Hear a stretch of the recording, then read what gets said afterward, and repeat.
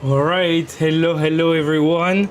We are here for another round. All right, hello everyone. And we will start right away with the first moves. The first moves, which is 1 e4, and Tosh played 1 c5. We get into a Sicilian game. And knight f3. Knight f3 is on the board. It will be much easier for me to follow here. Perfect. Okay. Okay. How are you guys? So today, Tosh for round 4 is facing an opponent whose name is Chris. Chris James, who is rated 1914, and today I will be host, and apparently they are blitzing out the moves. So if we come back to the game, she played d6, bishop b5 check. A little bit similar to yesterday, I must say, except that I think the knight was not here. Instead, her last opponent played f4. So here, she defended with knight bd7. She doesn't want to trade maybe the light square bishops. And her opponent seems to be in a prep because he goes with bishop a4. Going further away with the bishop, not taking the knight.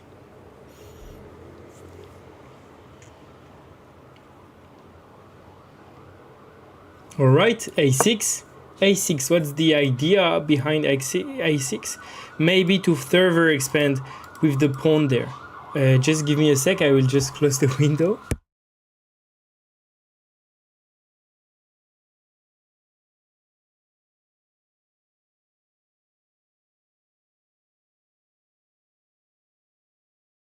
Alright, so after a6, her opponent is taking a little bit of time to think.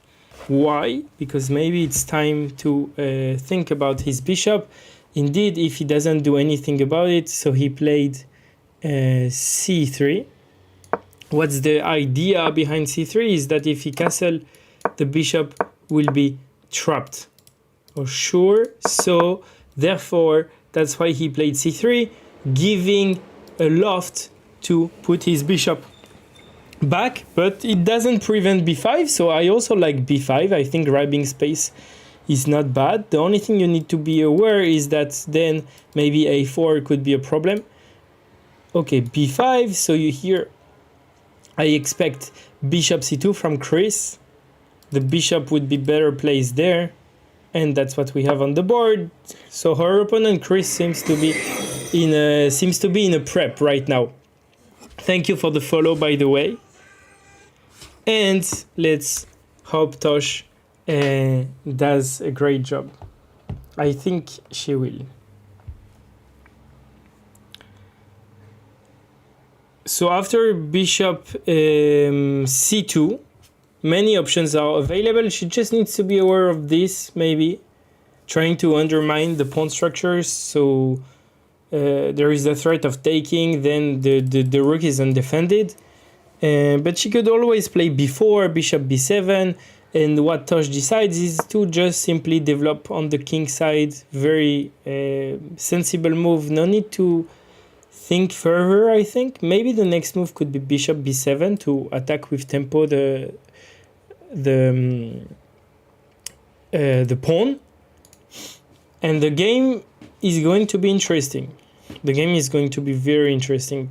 So far, Tosh managed to get a whole lot of space on the queen side.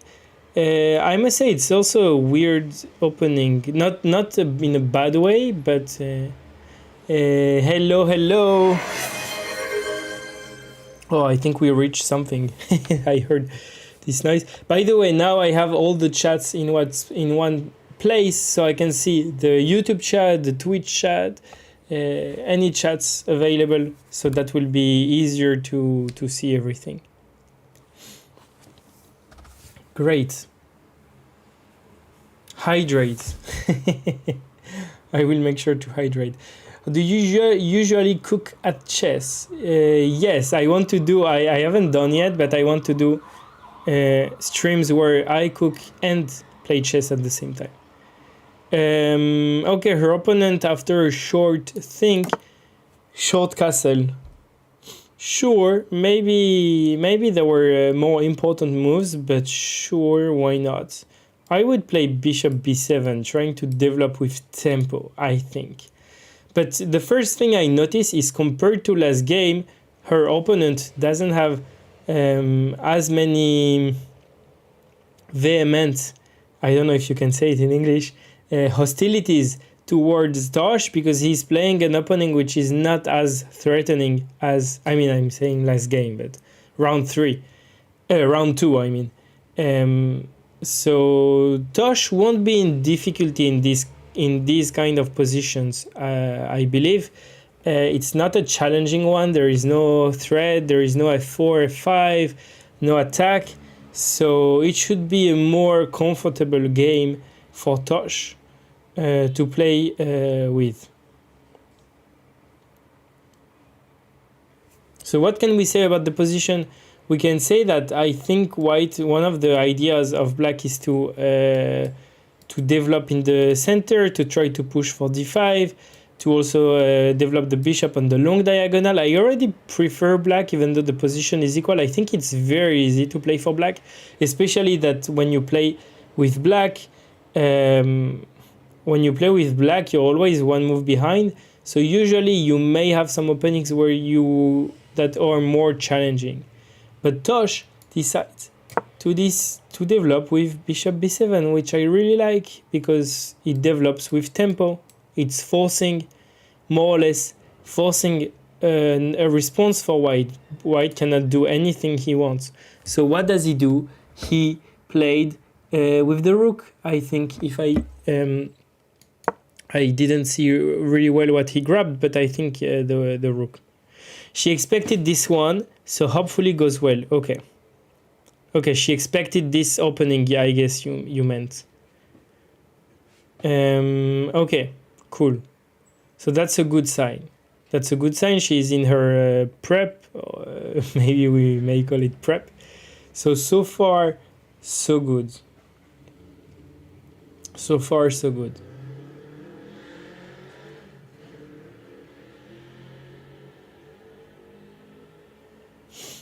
And now there is also YouTube. Yeah, there is everything. Is life hard, or is it just very easy?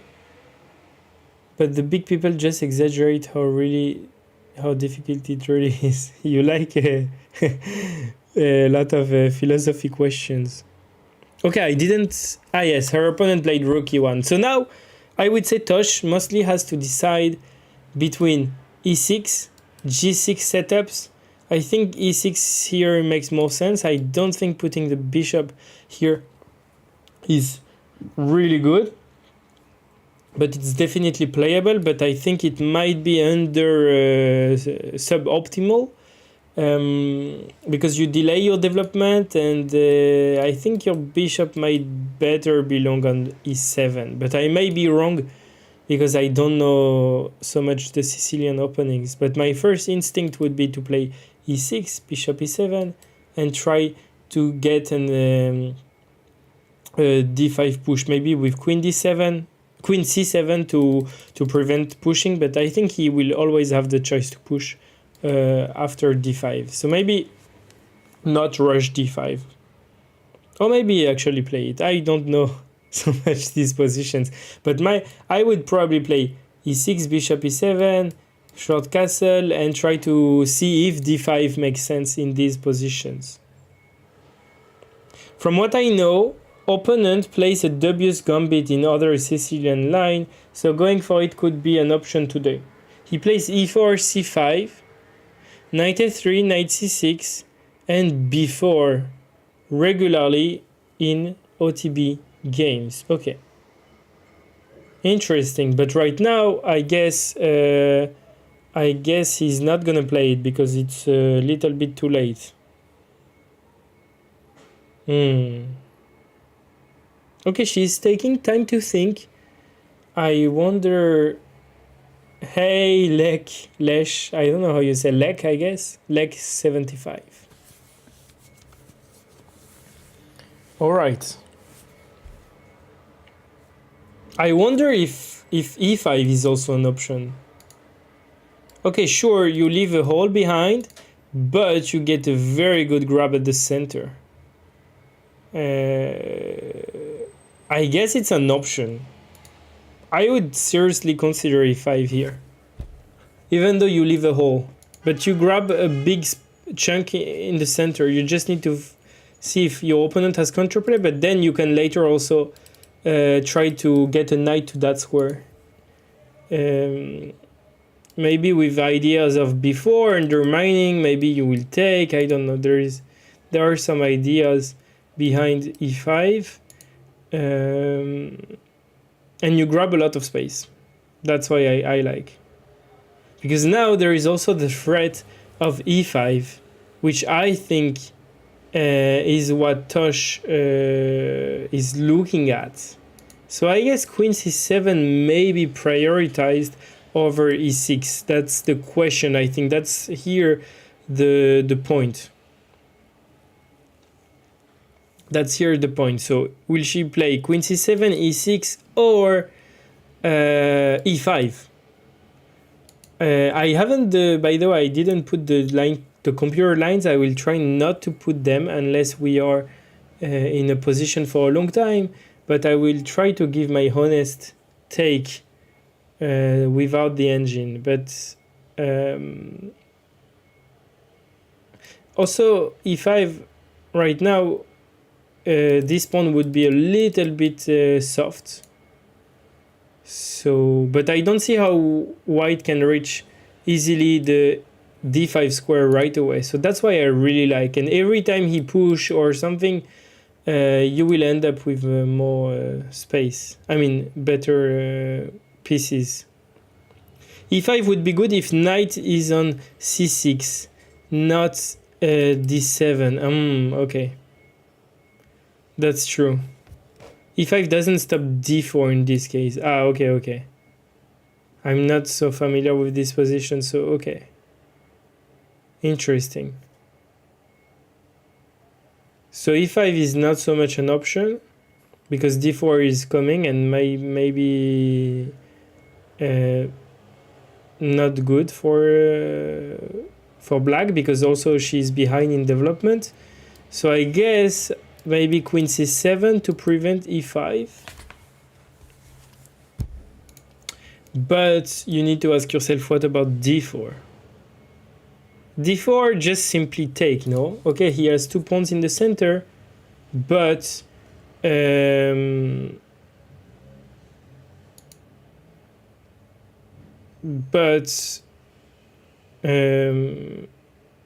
also could play queen c7 and rook c8 to put pressure on that. So every time there is d4, takes, you can take the bishop. But he can take back with the knight also, okay.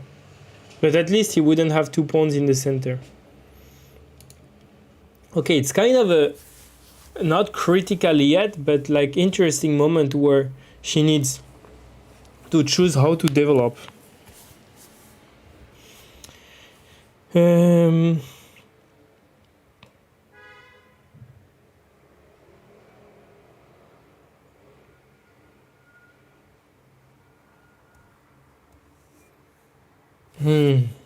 Because right now also her opponent might be... So there are 2 moves to look out. e5 and d4. e5 is not really a threat, I agree. e5 is not really a threat because he would try to exchange a well-advanced pawn in the center for a less advanced, so probably take. And the rook would be misplaced in the end, most likely. So that would be good for black. So e5 is not really a threat. Maybe the other threat is d4. But can you really prevent it? I don't think so. And e5, as I said yesterday, maybe sometimes your opponent is trying to get a break, and if you put 2 pawns instead of 1, it will only make it worse. So actually, yeah. So what did she play? She played e6. She played e6, the standard move, in order to develop the bishop to e7. And the computer thinks it's equal. I will just look at the computer lines to see all the options. Okay, so c4 was an option. Interesting. c4 is a very interesting option to try to grab more space, and every time he push, you take, but then you have a semi-open file to work with. Interesting. I was not familiar with this option. e6 is a very solid option as well. g6 apparently works, but is slightly worse. Queen c7 is also fine, and rook c8. Okay, all of the options were very sensible, but definitely e6 is one of the best options to continue to develop. So the next 2 moves of Tosh are most likely to be bishop e7 and short castle. And white will have to decide how he's going to develop, because there is still this knight, which I think belongs to d2, not a3, I think. Or maybe, yeah, no, it would be a little bit stuck, because if the c2 square was cleared, maybe it would help to push in the center. Is it really necessary? I don't think so. Maybe the knight will go to d2, f1, g3, or e3, something like that. But right now, a very sensible move for white is d4. I wouldn't think too much here for white to play d4. You're trying to put 2 pawns in the center. You're opening your bishop. You're opening the square for the knight. d4 makes perfect sense. And that's what he goes for, our friend Chris. He goes for d4, a push in the center. Makes a lot of sense. Okay, now it's all about, I'm going to remove the lines. I don't want to see what the computer says.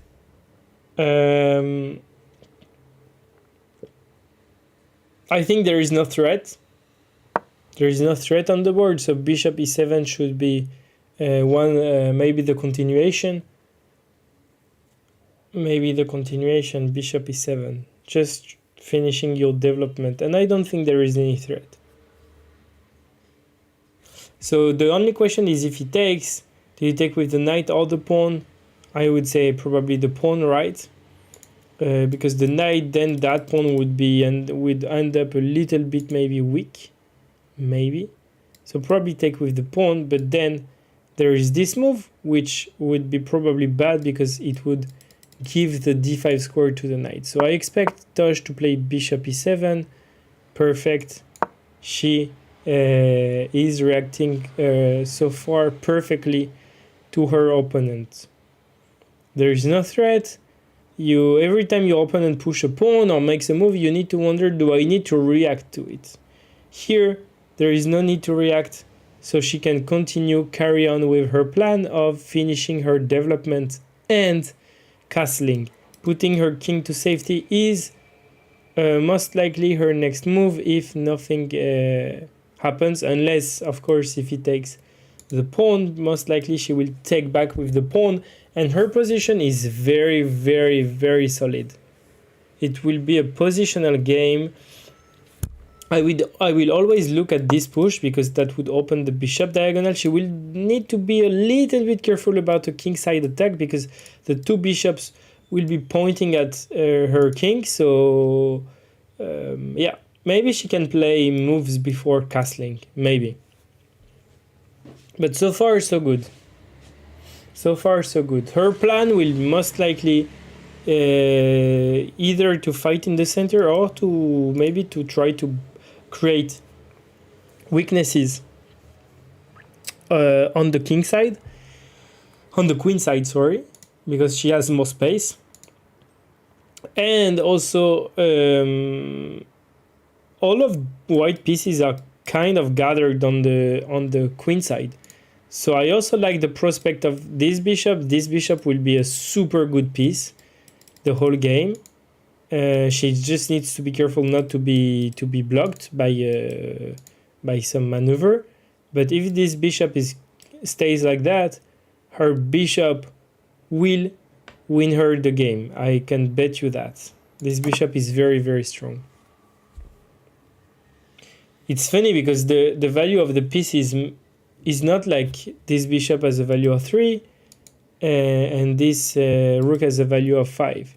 But it depends on what squares they are at. For example, this bishop has a value of maybe 2, but this bishop has a value of 3.5 currently. Because the value of the pieces depends on where they're at the board and what they are actually doing, and this bishop is amazing. I mean, not yet maybe amazing, but he has good prospects for the game. That's what I would say. So it all depends on the pawn structure, right? And this bishop currently is not active, but Tosh will need to look out for this move. But every time there is this move, the good point is that she can get the d5 square, and she cannot be chased away by a pawn because there is the b5 pawn, because she expanded on the queen side and grabbed space. It allows her to not fear this move because the knight could go to an outpost. That's amazing already. I think that strategically black has already things in the opening. It's good. It's really good. Because sometimes you just play as black and you have nothing in the opening. You just need to like survive for 15, 20 moves until you get something. But if you have an opening where you feel comfortable, you don't feel in danger at the beginning, and you already have, things to work with, I think it's already amazing. That's how I would see it. All right.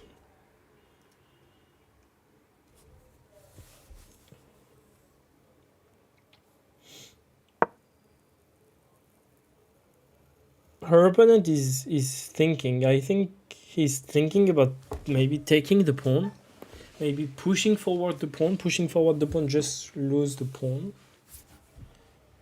And yeah, by the way, it was maybe important to play the bishop to e7 because maybe that was a threat, and if you take with check, maybe. But anyways, like there was nothing threatened. A4. What do you mean A4? A4 is not on the board, right? But A4 could be a move to be analyzed, you mean? A4 is an interesting move. But again, there is no threat. But it's a good move. It's a good move. It's trying to undermine black space. So I think here black can just short castle. Short castle, and maybe we would have this variation. Actually, here I would consider taking with the queen to apply more pressure, I think. Not with the bishop. And also you get the open file. Maybe you will do something with your queen there. That's what I would do if white takes. And if white doesn't take, sure, okay, how do you continue? Maybe develop bishop to g5. He's not gonna take on b5, yeah, right. Maybe I'm trying to find annoying moves for white or ideas.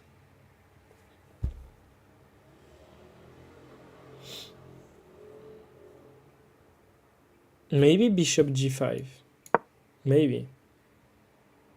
Okay, the computer thinks it's fine, but not the best continuation. Okay, a4 is on the board. A4 is on the board. I would expect Tosh to short castle. After a4, there is no specific threat. The rook is protected by the bishop and the queen. So this is the position on the board. A4 is trying to fight Tosh space advantage on the queen side. So I expect short castle from Tosh, then knight d2, I guess, or bishop what? Bishop f4 maybe.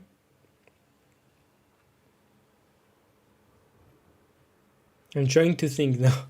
Trying to think what could be the next moves. What is the best strategy here?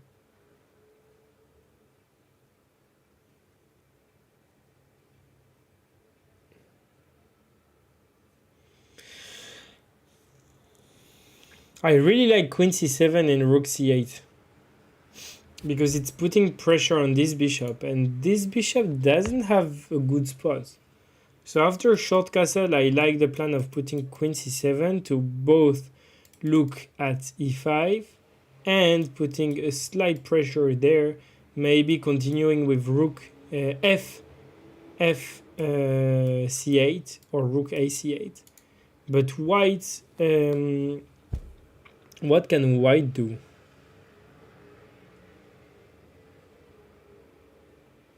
I think white should develop the knight first, because I don't think I know where this bishop belongs yet. So I would probably go knight d2 and knight f1, ready to jump to g3 or e3. That would be my improvement plan for white, I think.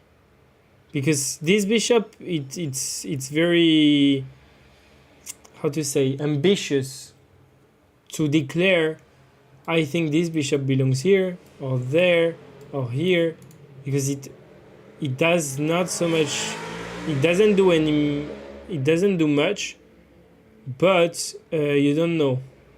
And maybe it will belong to the long diagonal. I don't think so, but you never know. So I think this bishop right now doesn't know where its place belongs. I would probably play knight d2. What could white do? Resign? No, I mean it's not so hard to play for black, but for white, I mean white has more space, right? Central space. But what's your plan? What's your continuation? It's not so obvious. While I think black has easier improving moves, I think. So I would probably go knight d2, knight f1, and then see if I want to jump to e3 or to g3 from that point, depending on what black does. But I would first develop the knight. I don't think here it has a future, so there is nothing interesting to do. So I would shift it to the king side, also maybe to threaten the king side attack, maybe, which would go well with the two bishops staring at Tosh's position. And on the other hand, I would just castle with black and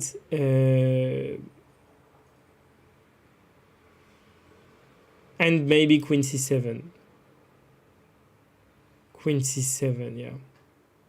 Queen c7, maybe there is bishop f4. Maybe threatening to take.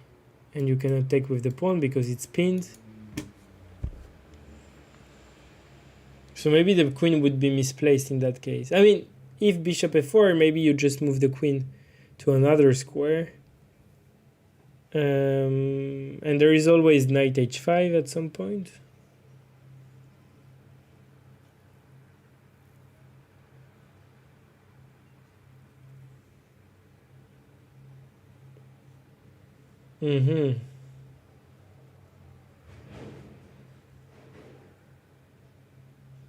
Okay, I think short castle should still be the best option for Tosh, since there is no threat of 8x b5 would favor slightly black, I think. Or at least not put black into a bad position.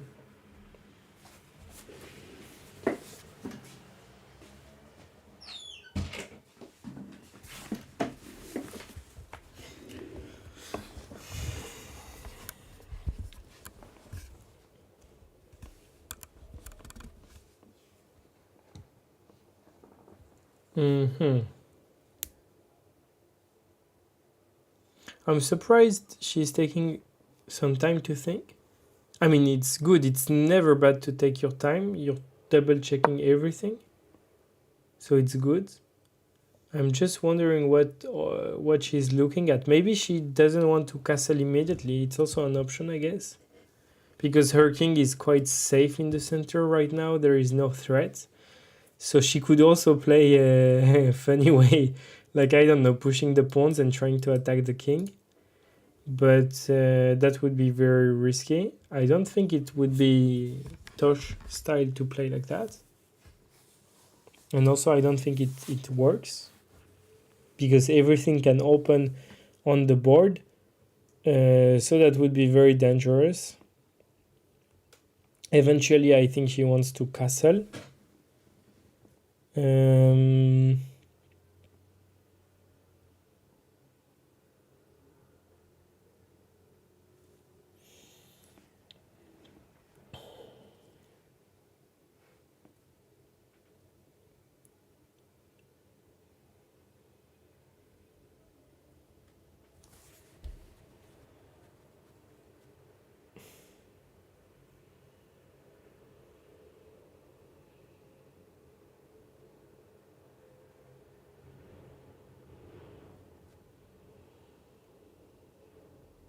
So again, I'm wondering, I mean, it's not again, but is c4 an option, you know? In round 2, she played c4.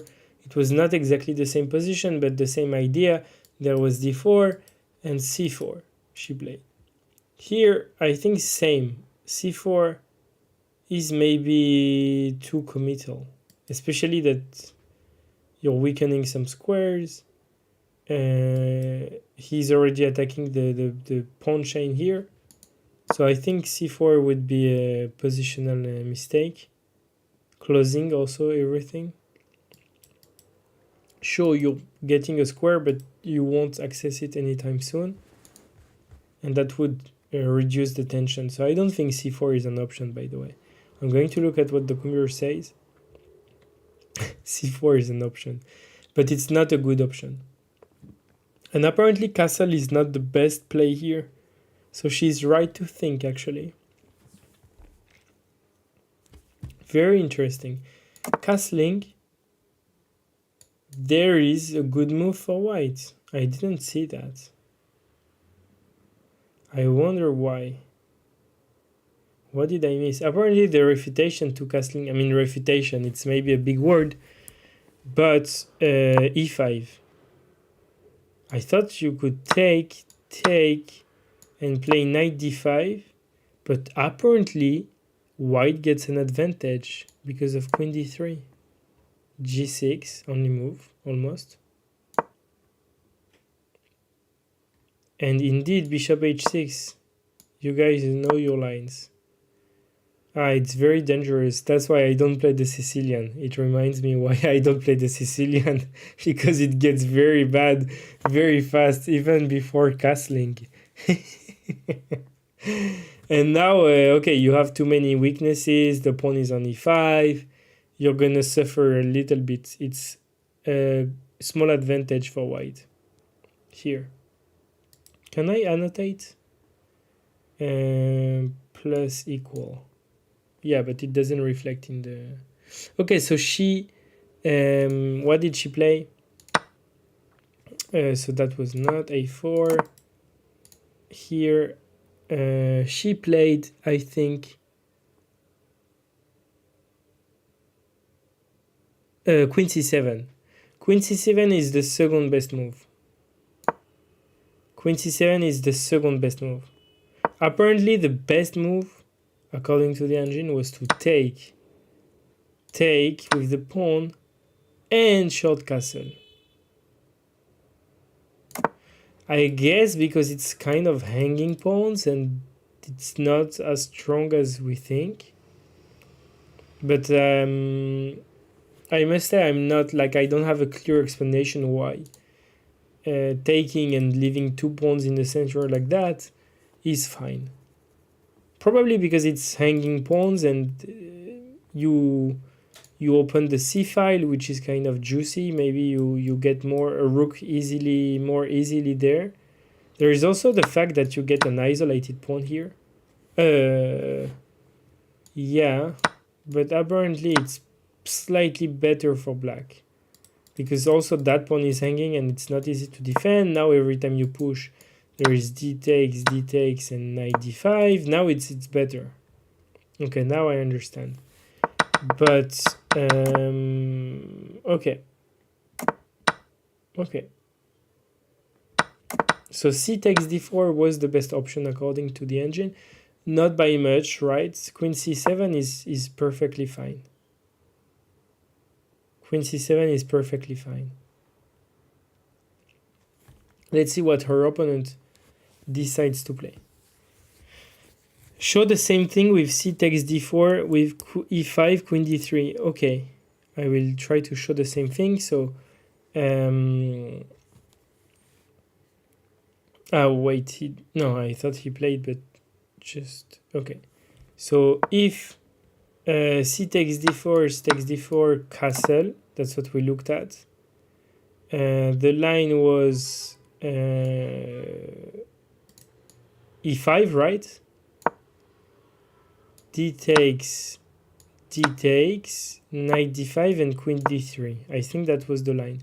Apparently here, it looks all similar, but it's better for black. It's slightly better for black. Queen, I don't get it quite much. The only difference is that there are no the pawn tension here. We have some knight b4. Oh, yeah.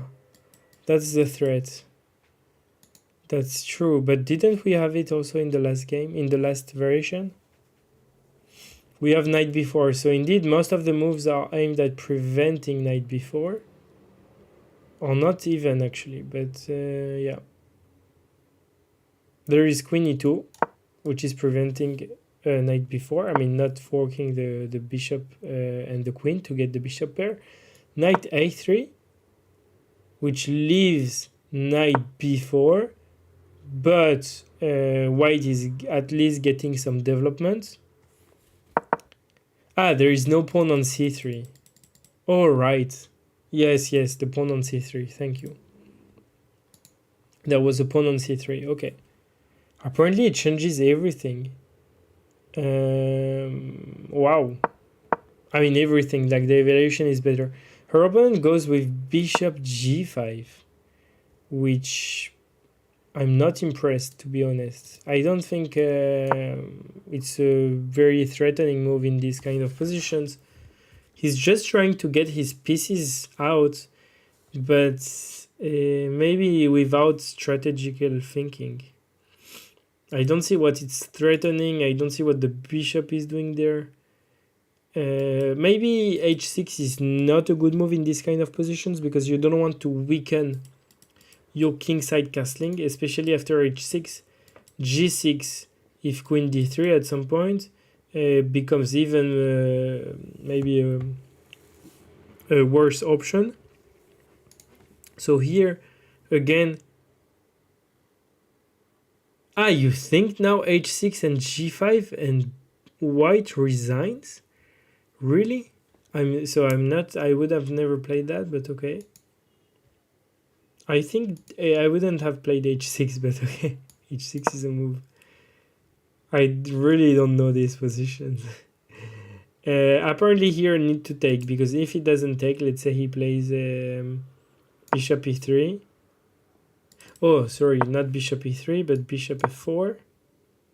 Okay, g5 is not a move. g5 is too weakening.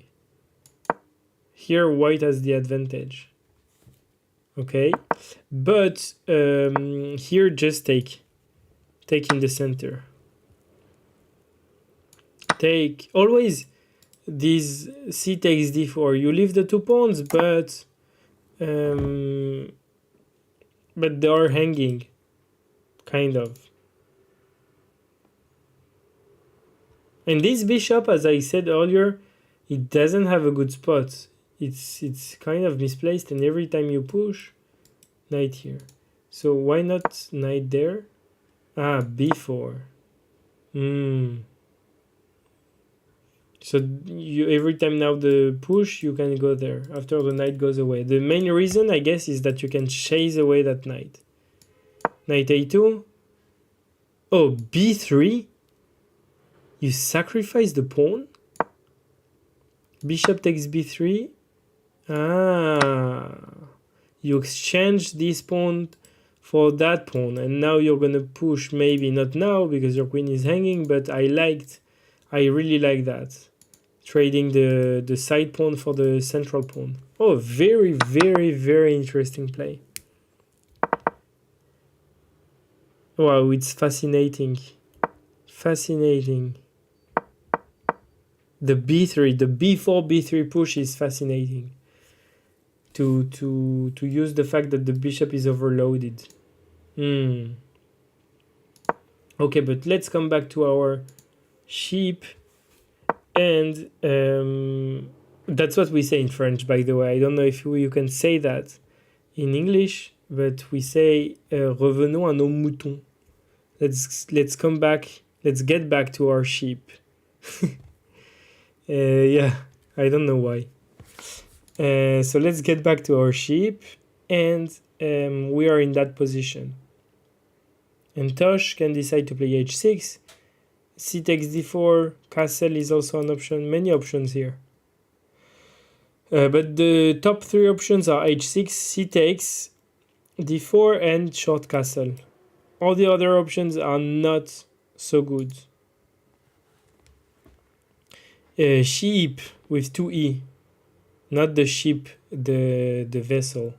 Like the vessel on the sea. The sheep like... you know, the animal. The animal. We say, let's get back to our sheep. Revenons à nos moutons. It means when you digress. Like, let's get back to the main topic. That's what that was the learning of the day. I will give you other French expressions which are funny.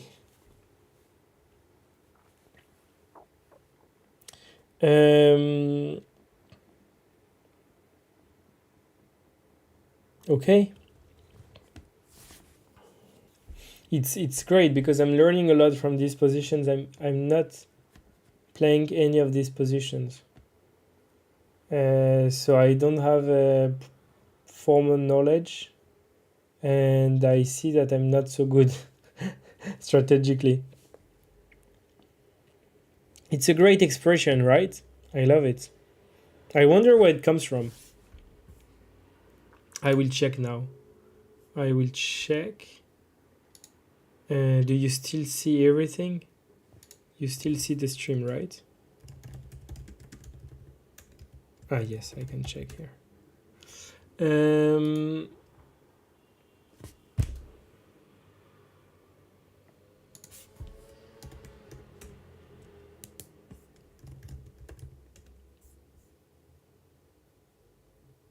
Oh, ChatGPT has new models. O3 mini high. 2 new reasoning models that excel at coding science. Okay.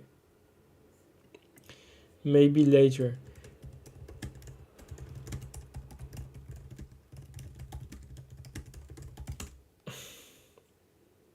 Okay, so the expression comes from a joke in the 15th century, which is called La farce de Maître Patelin.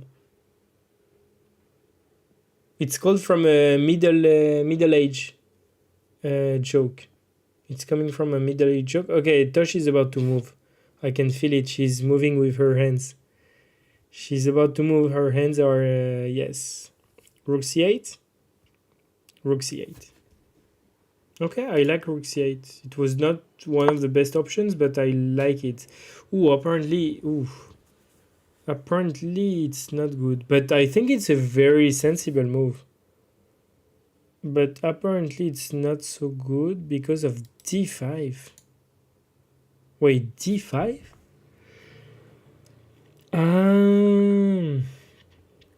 No, wait, why d5? d5 E takes d5. E takes d5. Okay, he opens on the king. The king is in the center. So d5, you don't want to play that, right? Because the bishop is very bad. So d5, you're probably forced to take. Ah, but the bishop is pinned. Is that an issue? Why couldn't you play that? Bishop takes e7 here. A takes. I don't see the issue here. Ah, the pawn is hanging, okay. Bishop d3. And so what? Ah, the pawn is hanging at the end, so let's say that.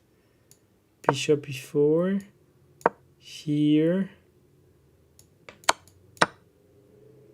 You can never castle. Okay, you're in trouble, but it's very complex. I don't think her opponent will play d5. Or maybe he will play it, but not have the whole continuation. But it's true that that she has not castled, and apparently it's dangerous. Promote. Rook c8. But it's hard to see it. Okay, cool. So the expression of revenons à nos moutons, let's get back to our sheep. So it comes from this Middle Age joke. So I'm just reading and then translating. Give me a sec.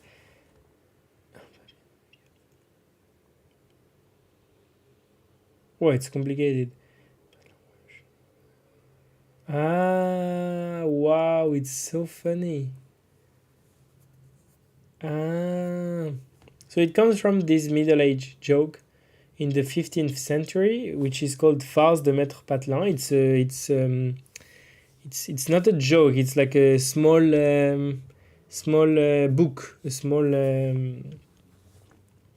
book that was written in 1460, and it's like I forgot how you say in English. A play, a theater play. A play. So it's in this play, some guy is accused by a sheep man. I forgot the term. The guy who has the sheep, that he was accused of stealing the sheep.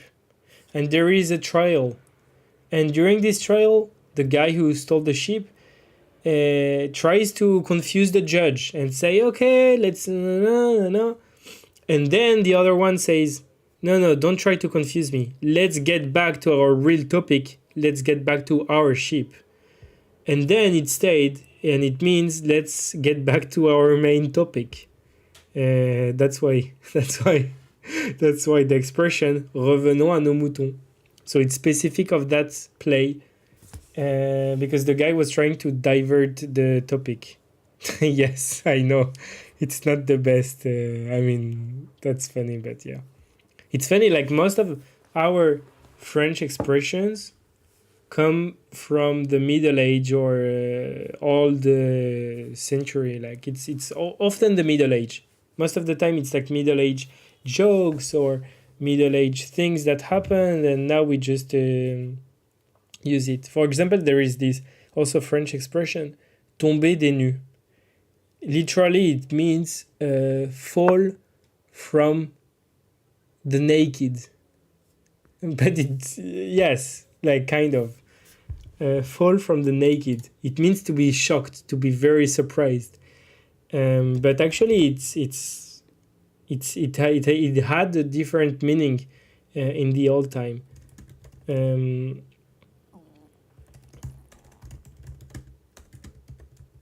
So I will also look for where it comes from. Tomber des nues. It means to be extremely surprised, and also comes from the 17th century, where nu, N-U-E-S, which means naked, basically in French now, it also meant a cloud. At the time, it meant a cloud. And actually, it's very similar to other languages like nuvole in Italian, which means cloud. So that's why. Nuage in French, nu. So that's why. So someone who is falling from the sky, from the clouds, and out of the blue is very surprised and doesn't understand what is happening. So that's why tomber des nues. But nu today means naked, so it's a little bit weird if you think about it. Okay, anyways, I'm going to get back to our ship now, and I will have actually a short break while also Tosh is having a break. We'll look at this position. We'll leave you with this position, and um, yes, for now. And I will take a short break, get something to eat, a little bit, and coming back.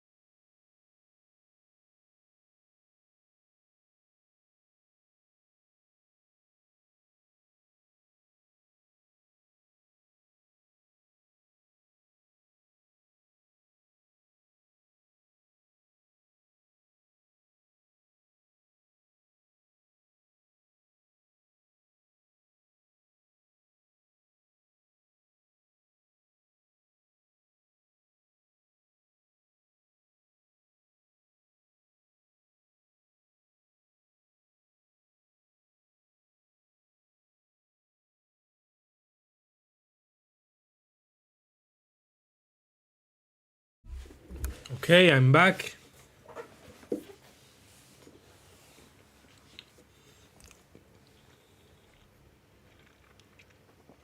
So, I think we are still at the same move, right? It's still her opponent to think. Why does it say +1? That's an amazing question, yeah. So it says +1 because white has this move d5, which kind of makes sense. You're trying to open the center because the king is uncastled. That's maybe what Chris is looking at. Probably Tosh had to castle first. Maybe she was a little bit scared to castle, but apparently here the best option is still to castle. That tells you how critical it is, because if you start to take, he takes, and even though that pawn is attacked twice, apparently it's not. It's a mistake to take it. For instance, take, knight a3.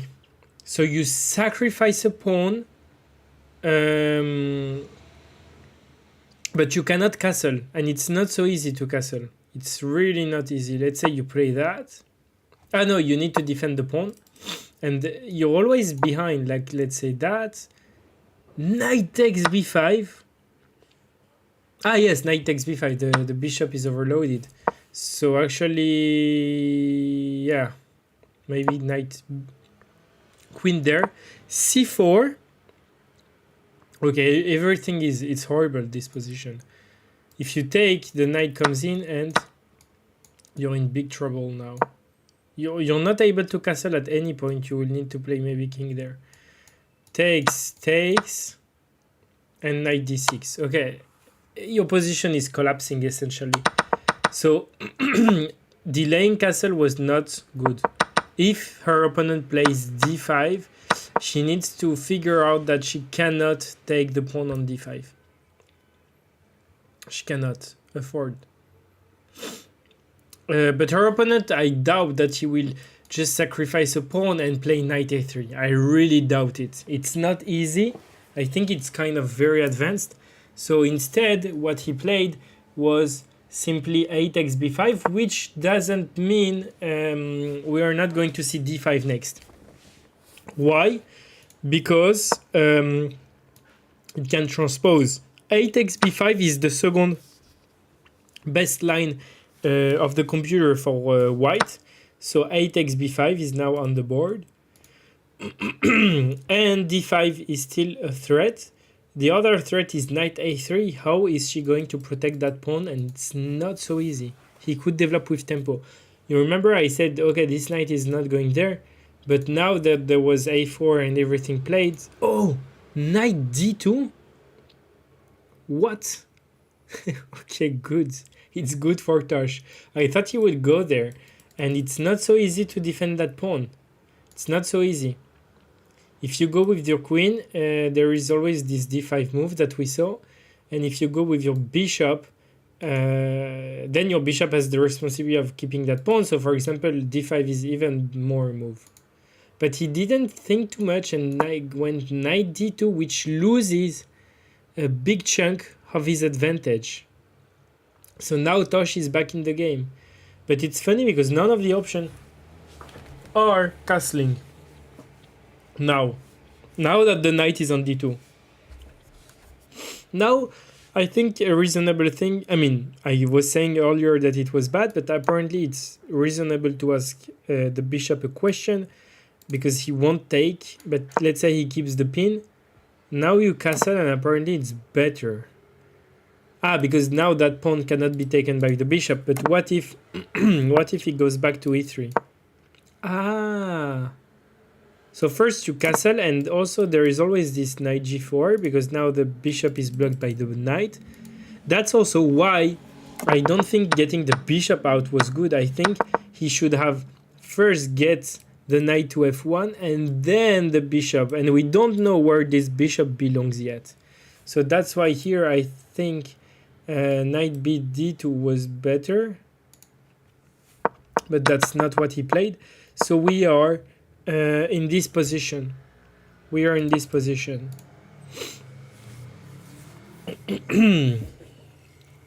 I wonder if now castling is also an option or it's not great. Ooh, castling loses the game on the spot. Okay, guys. Because of e5, d takes e5 takes, knight d5, takes. The Greek sacrifice. Damn. The famous Greek sacrifice. Now I remember why I don't play the Sicilian. Okay, e5 allows the Greek sacrifice. So I wonder why it was not available before. Like why here there is no e5. No, let's say you castle e5. Ah, because you take the knight? Really? French more likely, not Sicilian's fault.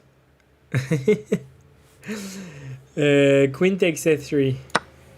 But you need to give away the great bishop. If you don't...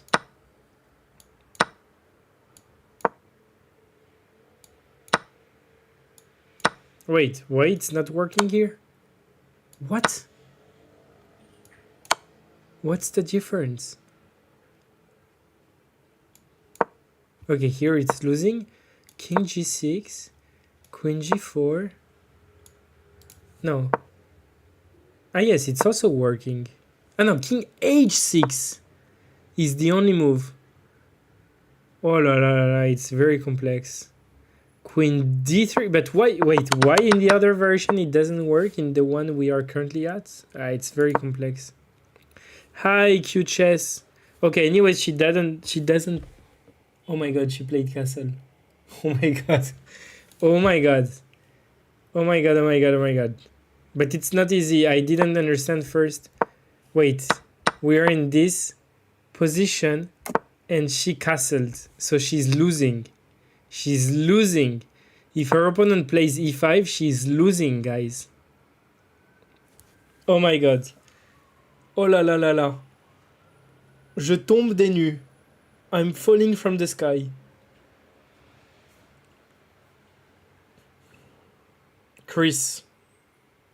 There is one move. Only one move. I'm asking you not to play. Only one, Chris. Do me a favor. Don't play e5. Don't play e5. Just be a nice guy. Play knight f1. Thank you. Thank you for the follow. And yes, I'm French. Thanks. So, Chris, let's ask Chris a nice favor. You can play your rook. You can play your bishop. You can play your queen to e2. You can move the bishop back. Just don't play e5. Just be a nice guy. Be a nice guy. Okay? This is 100 times easier than the previous d5, sadly. Yeah, exactly. Exactly, it's 100 times easier to find. That's what I'm worried at. It's a very forcing moves. It opens the bishop. Oh my god. But wait, why does it lose again? Oh yeah, here knight d5 is forced to keep the bishop protected. There is this whole forced line. But why wasn't it working? Why king h6 doesn't work here? Queen g4. There is a small difference between that and the other line, and apparently here it works, and the other line it was not working with king h6. And the only difference was, I don't remember. h6. I think the only. No, it's not h6 because h6. Wait. I don't remember, but I'm looking at the board. I pray with all my baguette and my croissant that he won't play e5. Oh, he's about to play, I think. Please. And actually, it's not so simple because he needs to find all this and keep calculating here. Because in some cases, black king is safe. Like, for example, this kind of cases. Apparently here, queen g3. keeping the discovery attack, and the king goes nowhere. King h6, queen h4. It's a mate. It's a mate. It's a mate. It's a mate. But okay, he needs to be good at calculation. But he can also think, okay, listen, I'm going to go into this version, stop here, and calculate from here. Because it's a good transformation. Maybe I will calculate from here. Maybe he won't put... he won't find the Greek sacrifice, the Greek gift. Oli, are you French? Yes, I'm French. Yes, I'm French. I didn't see it was earlier. Yes, I'm French. Opponent put the death stare. Well, he seems like a nice guy, to be honest. He seems like a chill guy, not like the kind of guy who attacks you like all the way. And so far, he has been quite peaceful. So I think he won't play e5. I hope. I maybe I'm jinxing it. But yeah.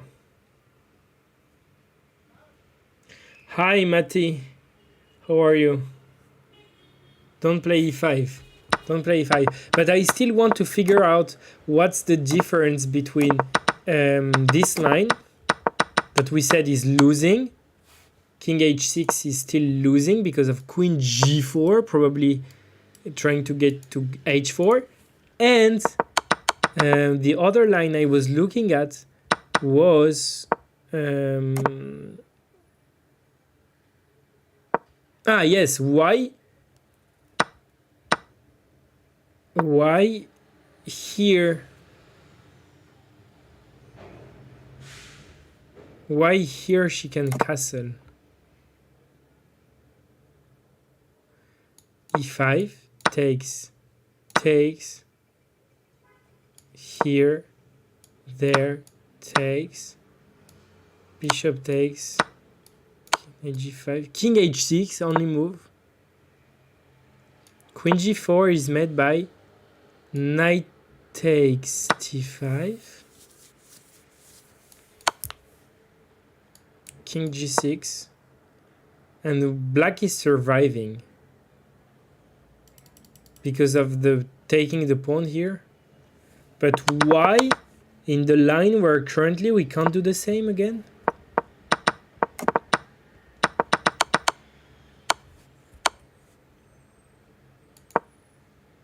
Queen g4, knight takes. Why it doesn't work? Queen h4, king g6, queen h7. But we also had this, no? There is something... maybe this knight. This knight maybe at the end. Yes, I think it's because of the knight. I think it's because of the knight to d2, but wow, it's complicated. Because of that tempo. Because of that tempo, I think. While if she had castled earlier, like we said here, the knight is still on b1, and all of that sequence doesn't work.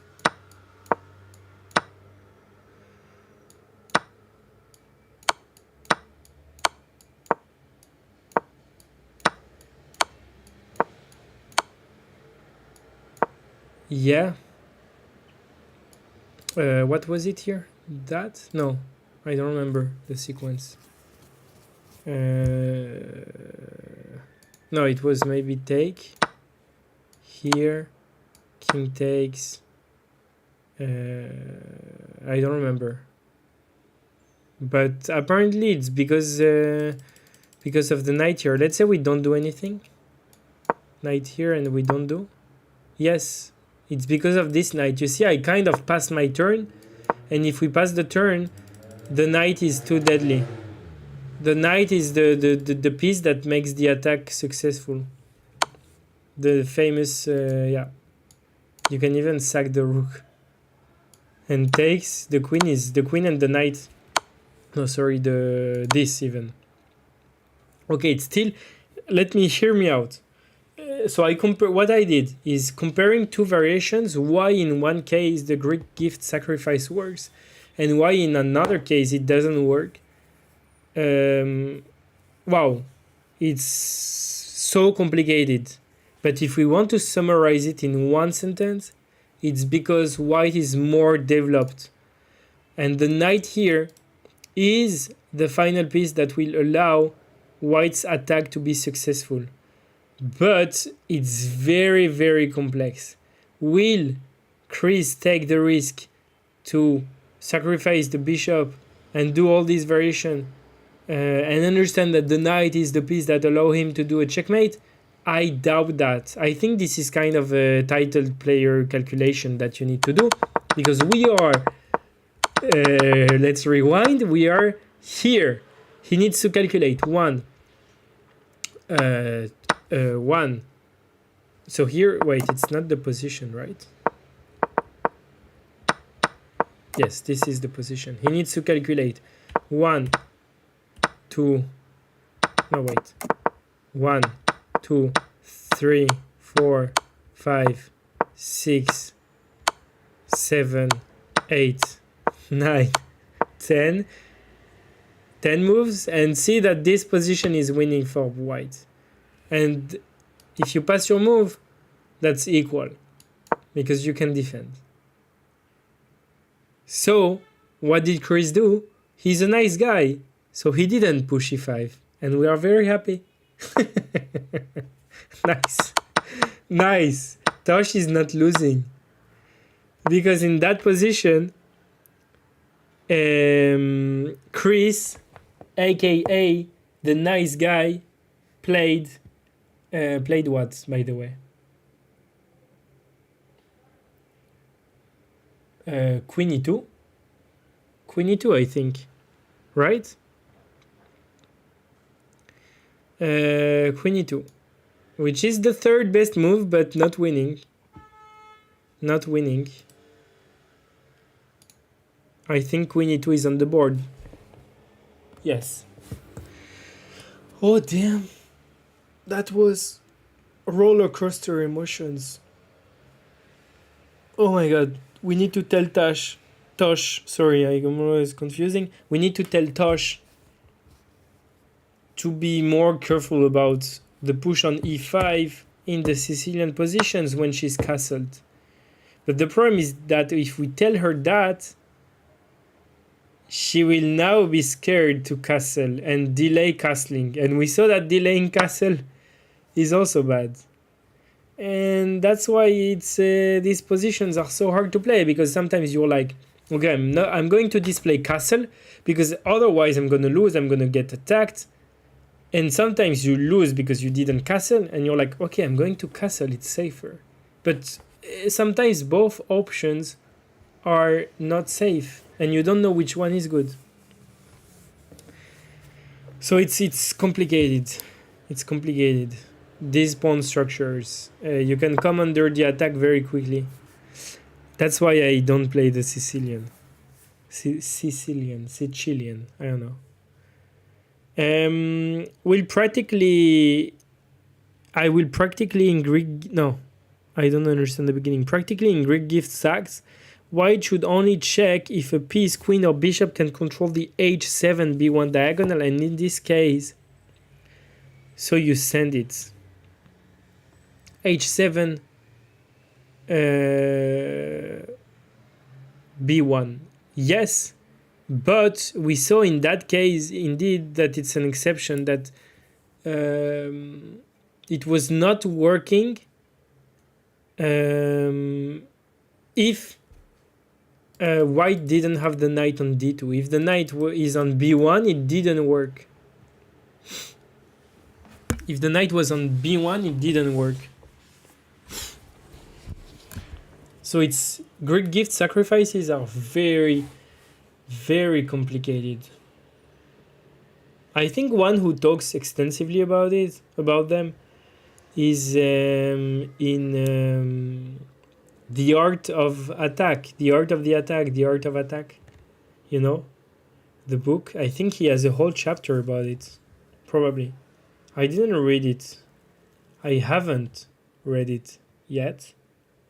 But I think he talks extensively about the Greek gift sacrifice and when it works, when it doesn't work. But probably yeah. But that's a very, very interesting case where it was not enough.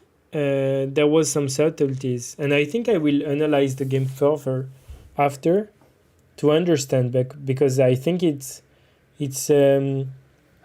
good study case can happen to anyone, and it's very instructive the differences between the two Greek gift sacrifices, one which didn't work and one which worked. By the way, if black doesn't do anything, does it still work? I don't. Yes, it doesn't. It still works. Okay. But Tosh took, which now reduce the Greek gift sacrifice. By the way, can we clap her move because it's a very forcing move? White cannot take like that because you would win the bishop. So I like that she's looking at forcing lines, and indeed it's the best move. So white has to take with the knight. White has to take with the knight, and the knight is also not protected because that pawn is pinned. So maybe b4 is the follow-up. I really like... yes, actually, it's the best move. Give me a sec. I need to go for a minute. I think knight takes d4 is the next move.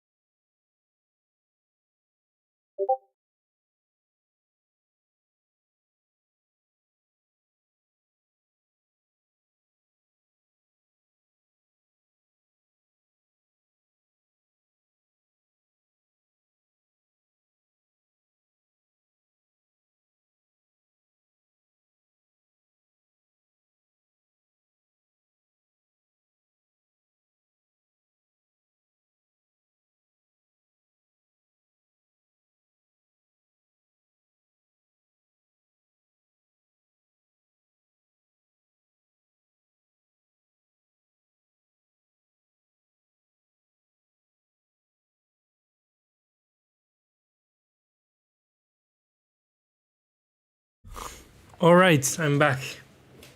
So as expected, he took with the knight, and Tosh played the best move. I really like that. That was the only move that kept her in the game. All the rest is not good. All the rest is bad. And before she needs to look out for this move, but I think Queen b6 will be the answer.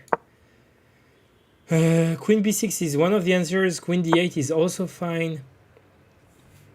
I wonder why not here. Because bishop e3. Yes, bishop e3, and you need anyways to go to queen d8. So knight b5 is on the board. It's pretty much a forcing line. I'm a little bit surprised that both players don't take more time to understand the implications, but sure. Okay, we are here. Knight b5. And she seems thinking, to be thinking. So maybe she missed knight b5. But here, I wonder queen c6 is also an option. Yeah. Just one thing I'm thinking is that if she ever takes the bishop on c2, she needs to be careful about her queen not getting trapped. And also there is some tension here, so now if you don't want to lose a pawn, you need to take back with the knight, not with the bishop. There is also that, but here it's not a threat anymore. So, yeah. I think I would have played maybe here. It's more natural. I wonder why. What's the downside? The downside is just getting forked. Good job, Oli. Okay, so queen d8 is a good option. Queen b6 also. But your queen is exposed to bishop e3 at any time. And probably has only one move, which is queen d8. So queen d8 is by far the best move here. And the bishop is still unprotected, so the pawn cannot be taken.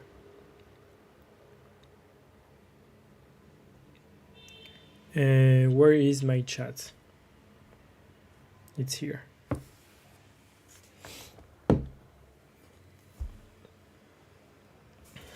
Connecting. Okay, so I will look here. Queen c6, knight a7. Yeah, exactly. I didn't see well.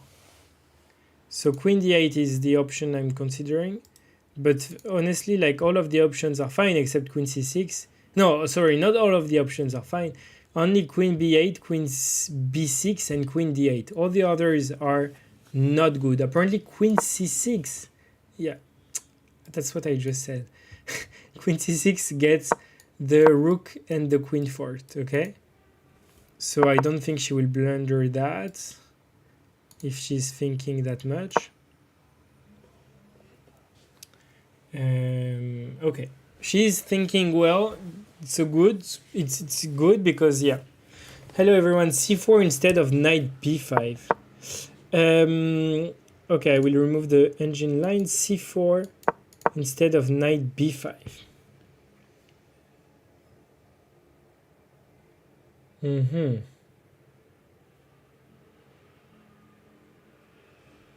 c4 instead of knight b5. That's interesting. But here I think I really love the knight there. Apparently it's not the best. I mean, it's one of the moves.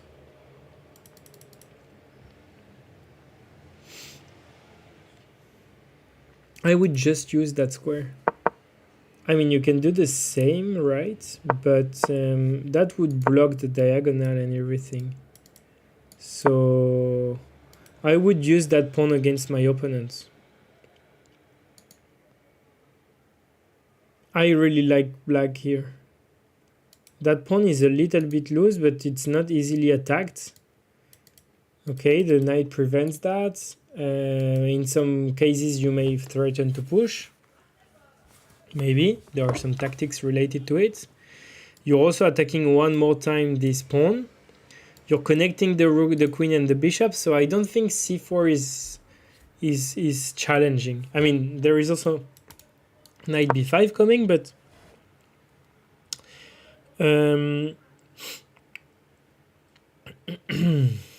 here maybe knight queen b6 is even better, because bishop e3, bishop e3, you're pinned, but is that really a threat? Let's say you play h6.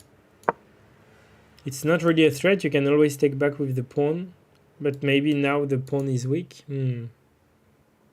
But you also have a great outpost there. Interesting.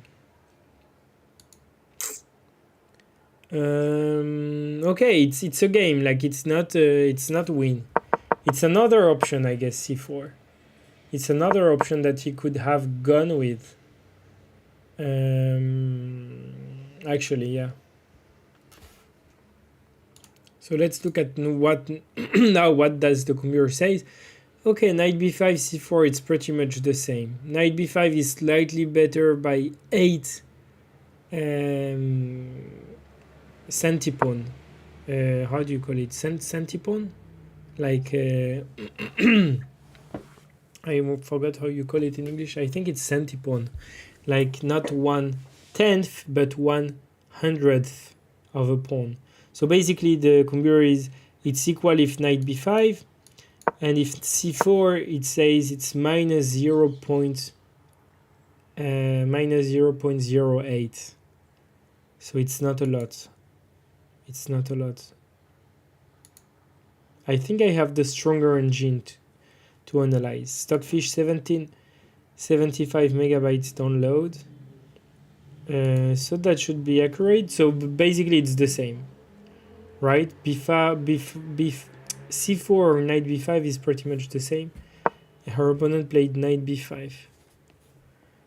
Now Tosh needs to decide between 3 options, which are pretty much the same. But the best option, according to the computer, is queen d8, which looks the most passive option, especially after maybe rook a d1, which would put more pressure here, pin the pawn and stuff.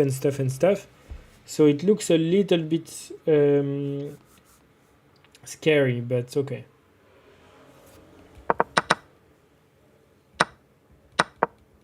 I think she didn't plan that, because like it was a good sequence. It's good for her, but it's true that it's a bit double-edged. Like white also gets a good knight to that square,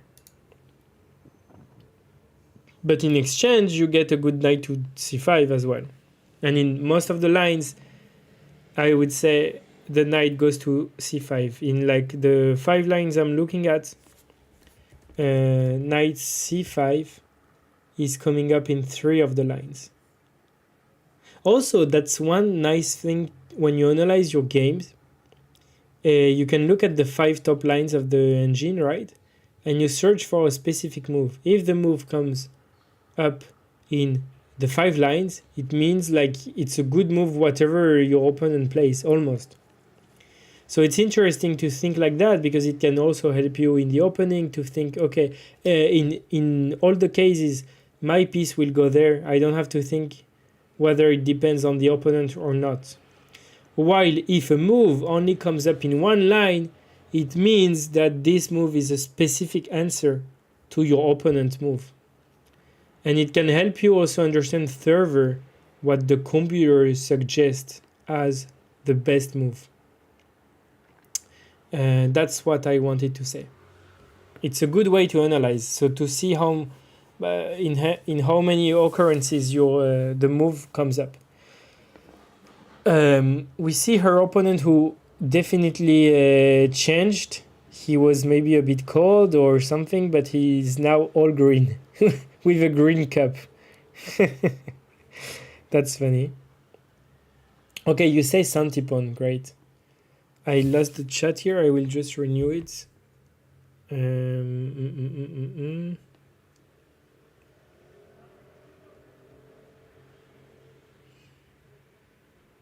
Tosh is about to play. We know that because she's taking her hands. It's funny, that thing. and she's always about to play, and then she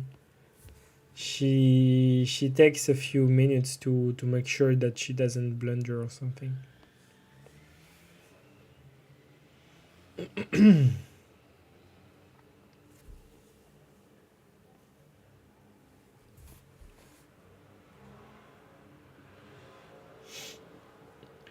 Knight c5 b3. Knight c5 b3. B3, I'm not sure it would be a good move. Because knight c5, you said that. Before. Okay, wait. She played queen d8. Very good. Very, very, very good. Queen d8. Queen d8. The best move. Let's put an exclamation mark. I can annotate the board. That's my annotation, right? That's not the... But I think it's a good move. So I feel free to... By the way, I will also annotate here and annotate here. Okay, why I do that? Okay, maybe c takes d4, you know what, I will remove it.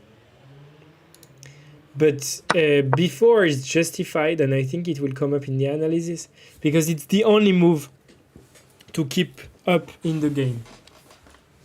The only move. Knight b5 and queen d8 is not the only good move, but I think I like the fact that she goes back to the original square. I mean, queen b8 may be also very attractive, because you are 3 squares away from the knight, so usually it's a good spot to be, because you control every square the knight can go to, and you're skewering the knight. So if the queen moves, maybe you have some tactics going on. So maybe queen b8 was also good. Queen d8, the advantage, I guess, is to keep protecting the bishop.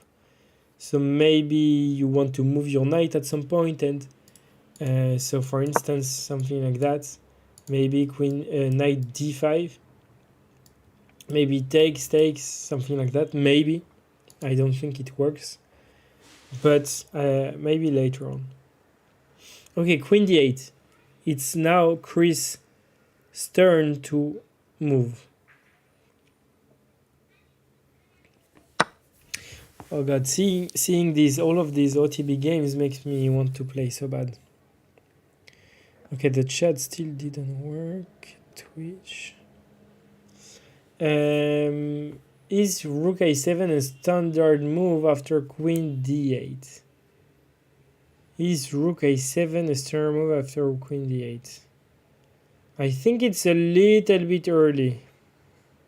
Especially that right now Tosh is threatening maybe to hit the pawn here. Which means that white would have to take with the knight, because taking with the pawn would not be great. You would have a weak pawn there. So I think rook a7. But the bishop is hanging. Voila. The bishop is hanging, but I think the rook is a little bit exposed, but maybe I'm wrong. Rook a7 is a move to calculate for sure, but apparently it's a mistake. Okay, now c4. c4 is definitely the most challenging, I think, because it's putting kind of the knight on kind of an outpost. And maybe now rook a7 is coming next. Rook a7 was maybe a little bit premature. Maybe.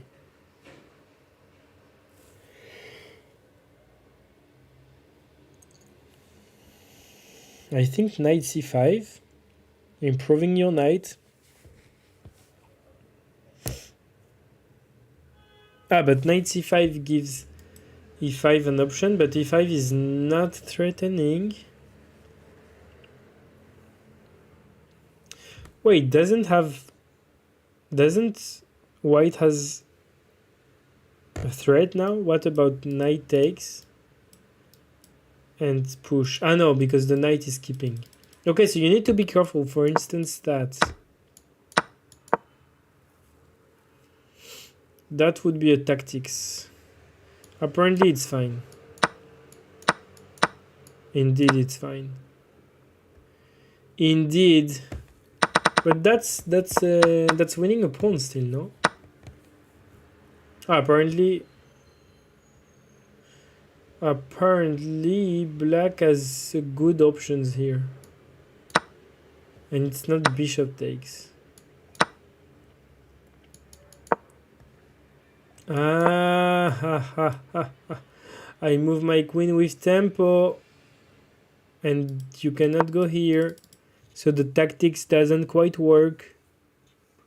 Or does it? Does it? Ah, the bishop is pinned. So you're gonna lose the knight anyway. Okay. Not go here because that hangs even more pieces. Not good for black. Okay. Let's look.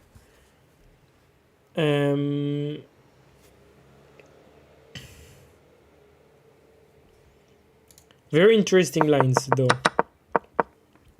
So queen d8, Tosh move. Such a mess to calculate and evaluate. Yes, it starts to be complicated, but that's also what makes you a better player.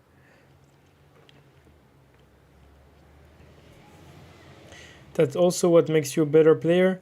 And also, I guess she's also acquainted with these kind of positions because it's not like the first time she faces it. It's similar to positions she had in the past. Just long term, she has this pawn which is weak, but she gets plenty of compensations for that. She gets the c5 square, she gets to attack there. So I would say she's fine. But she needs to be a bit careful. Maybe she will be scared of knight c5 because of the following tactics we saw. But apparently it doesn't work quite well. That line. And realizing that the bishop is pinned, so you cannot move the knight, otherwise you lose the bishop. And here also the rook subsequently. So h6 is an option, I think. Asking the bishop a question.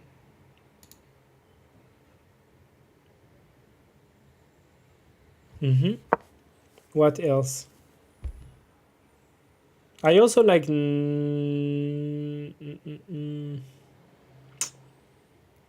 I have these ideas of bishop c6, knight e5, taking on c5, take with the knight, and bishop takes. I'm just making dumb moves. Okay, maybe not the king there, but let's say here. That's tactics. Doesn't work. Because of there. Okay. But there is an idea. She plays knight c5. Great. I think, you know what? I have the feeling that her opponent will play maybe knight takes d6. But he will see, maybe queen takes e5, queen c6. But the calculation doesn't stop there, guys. f3, stopping the checkmate threat. And the bishop is pinned. So she's losing a piece anyways, but she can just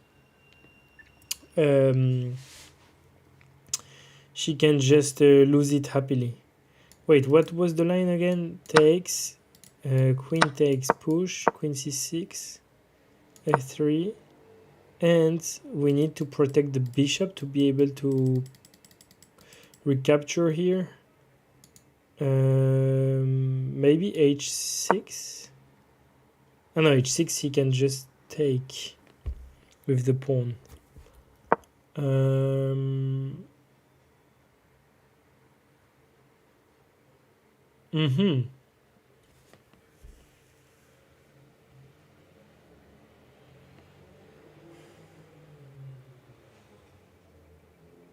don't know.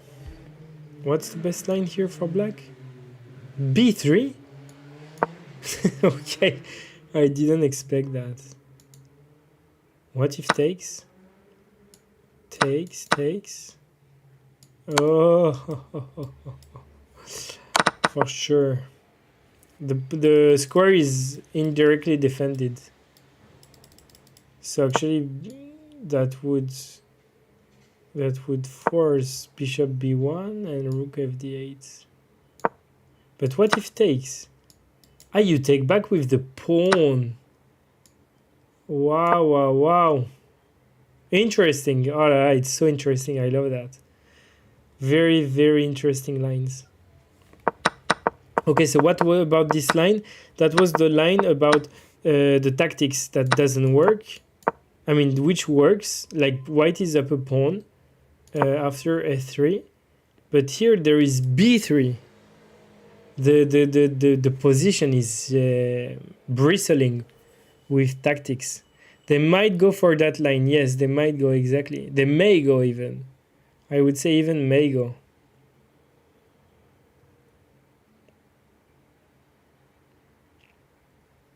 I wonder if Tosh sees all of this, or if she's just like, okay, like he can sag, but anyways, like I can just go back queen d8 and take, and I'm fine. Maybe she sees that.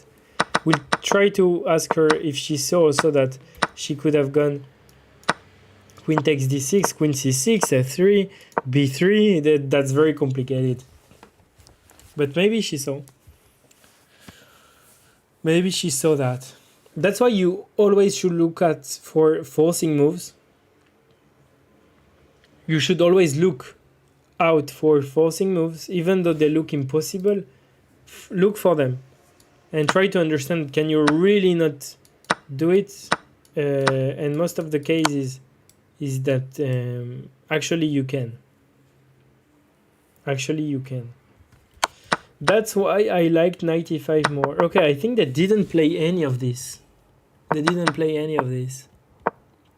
Knight c5 was met by what?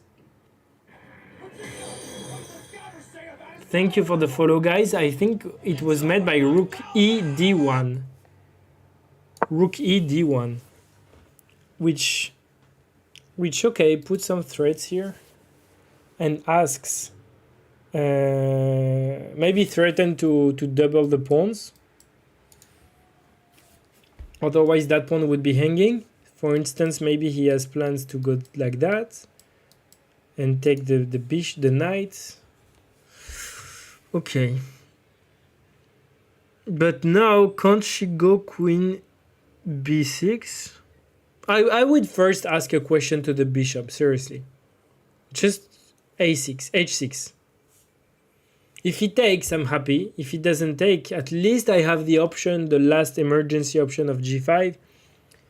But h6 I don't think is bad.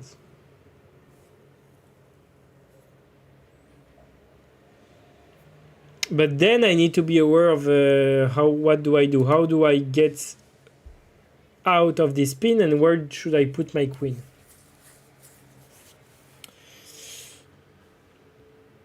Rook e d1 is on the board, yes. So h6. Let's say h6, bishop h4. How does Tosh continue?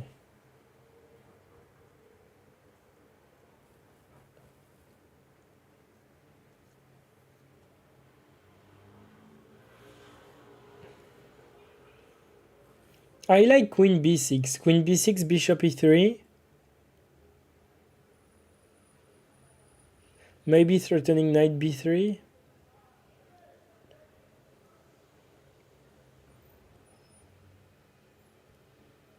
Okay, I think her rook on c8 is now useless. So I would also try rook a8. I wonder if rook ca8 is a move. Because at some point rook a7 could be annoying. I mean, now it's not annoying because of the knight on c5, which protects the bishop on b7. e4 is dead, or am I silly?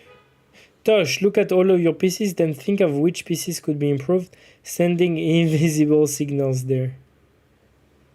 e4 is dead, or am I silly?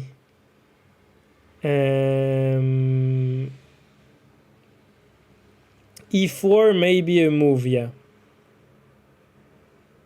Takes.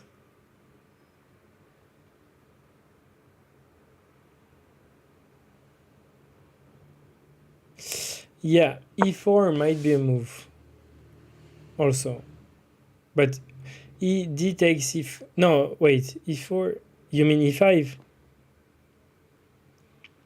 Wait, you mean can Tosh take the pawn? I didn't even consider it, but I don't think it works. I don't think it works because the pawn is simply protected 3 times. And we are attacking it 3 times, so I don't know what I'm missing. Knight takes e4, bishop takes... Wait, knight takes e4, bishop takes... Knight takes... Knight takes...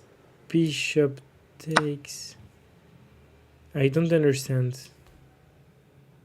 The other bishop... sorry, yes. Bishop takes...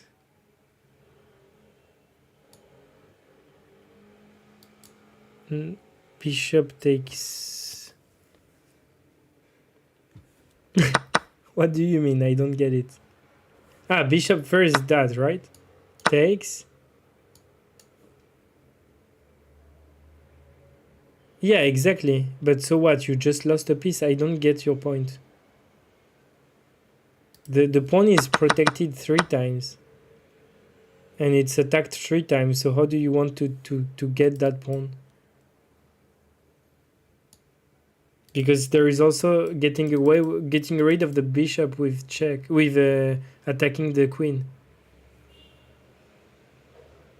Yes, it doesn't work, yes.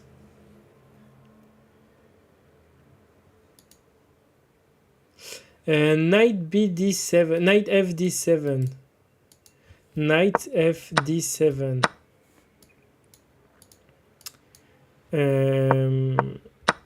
No, wait.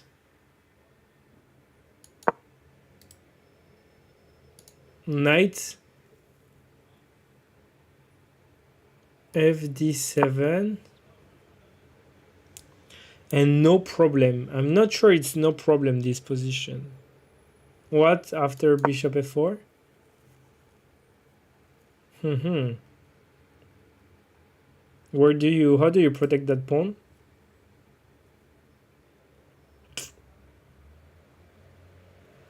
Pawn push?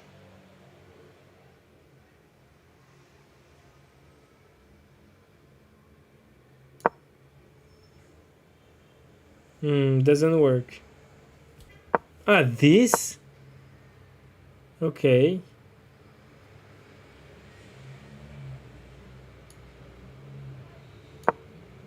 And you don't care about the hole here?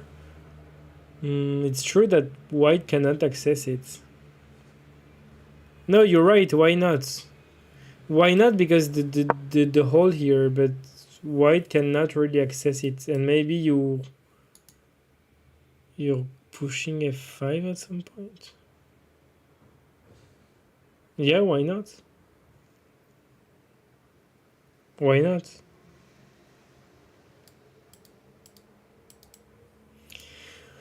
Why not? Knight d7. The knight on d7 is better than the knight on f6. No, the knight d7 to f6, then plug the knight back on it.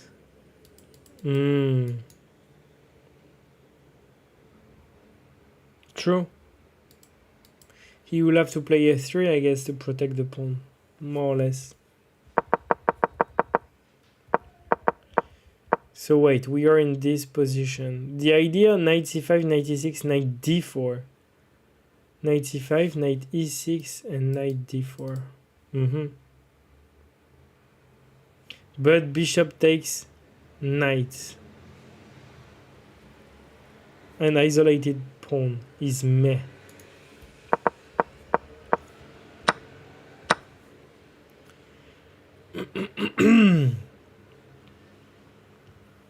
Knight fd7.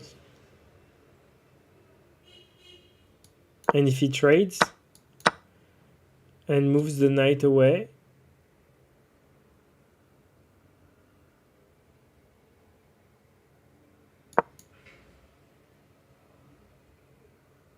how do you defend that pawn?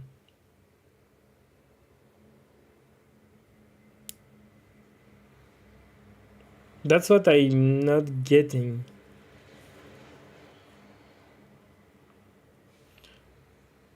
When silly rook c6, really?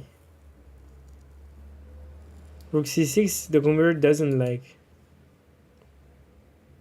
Knight d4, yeah.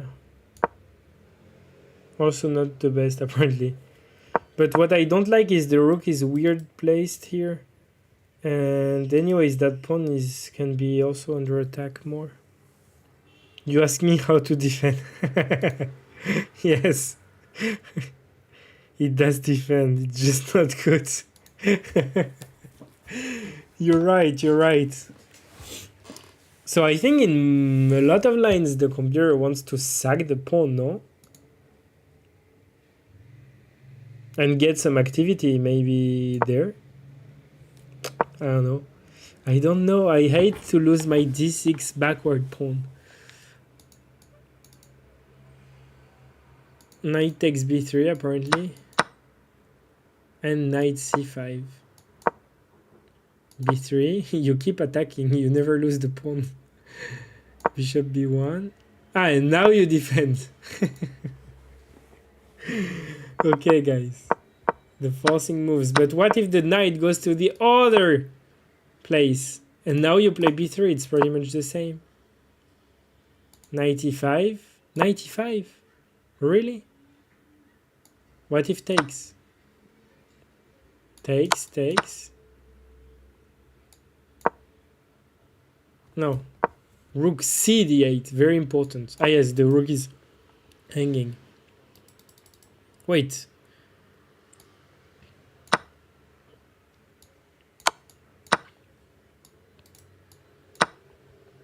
You get this position. Whew. A lot of forcing moves. A lot of complicated things can happen.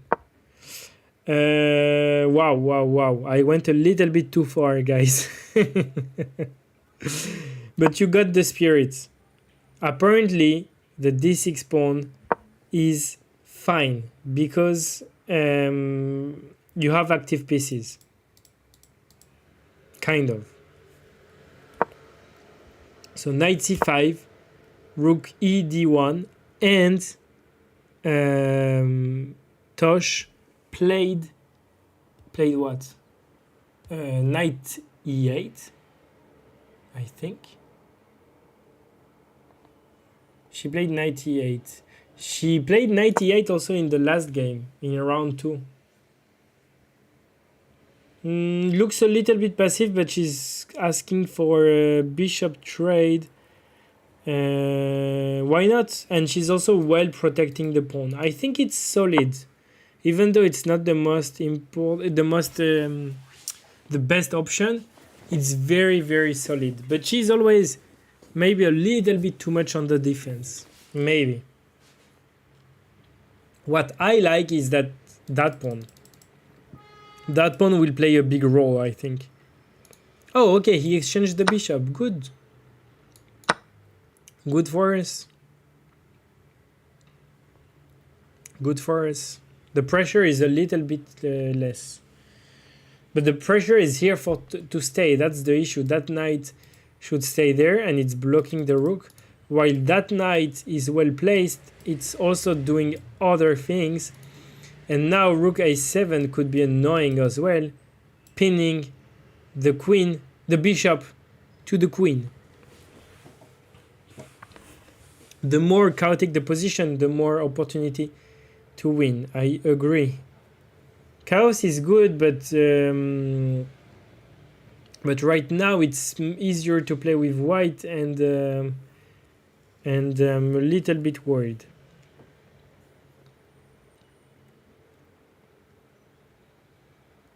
I'm a little bit worried that she plays a little bit maybe too passive. It's not easy, huh? I'm not saying that I would have played better. I'm just saying it's a complicated position and maybe she's slightly too passive. Because after now rook a7, it's annoying. And that's what he plays. Rook a7. Here the Kumbura is a good move. I mean a good move. No, actually... Yeah, rook a8. But rook a8, I thought it could be met with rook there. You just trade. And knight c7. Yeah, actually the bishop is well protected. There is no risk. Knight takes b5. Okay, you're just trying to exchange the pieces. So actually, you know what? I really like knight e8. Now I understand. The other idea is to trade our knight for the enemy knight. Let's see what Tosh decides to play. Whether she wants to trade rooks or to directly play knight c7, which is also an option. I like knight c7. I really like knight c7. And I think the knight on e8 is the worst piece, kind of, and it's also blocking everything. And the best piece of white is that knight.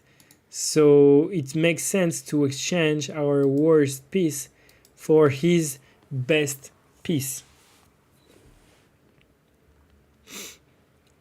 I'm a French chess player. Are you also French? TKB, TS, and so on?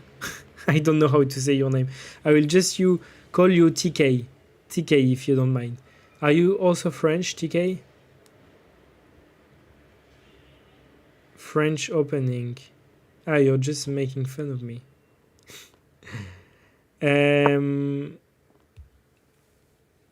All right.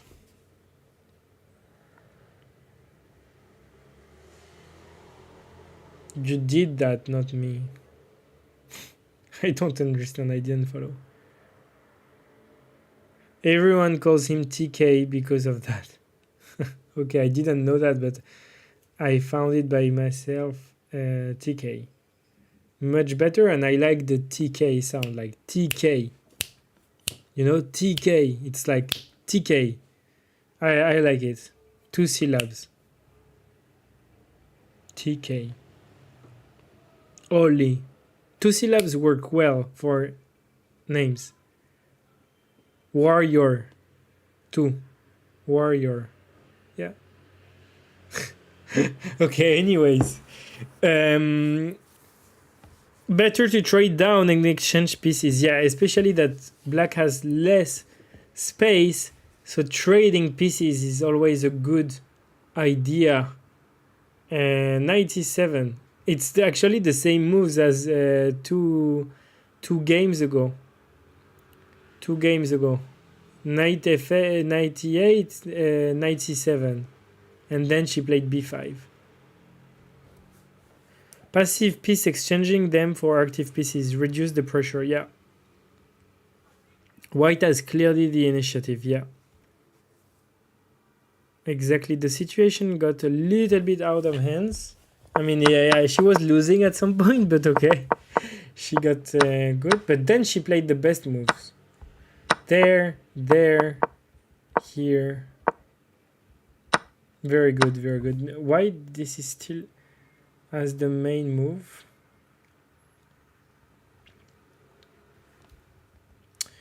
98 was the continuation. Okay, we are here. And she's about to move the rook, no? Not the knight. I see her hands trying to grab. It's funny, she always is about to make a move. And then she thinks twice about it.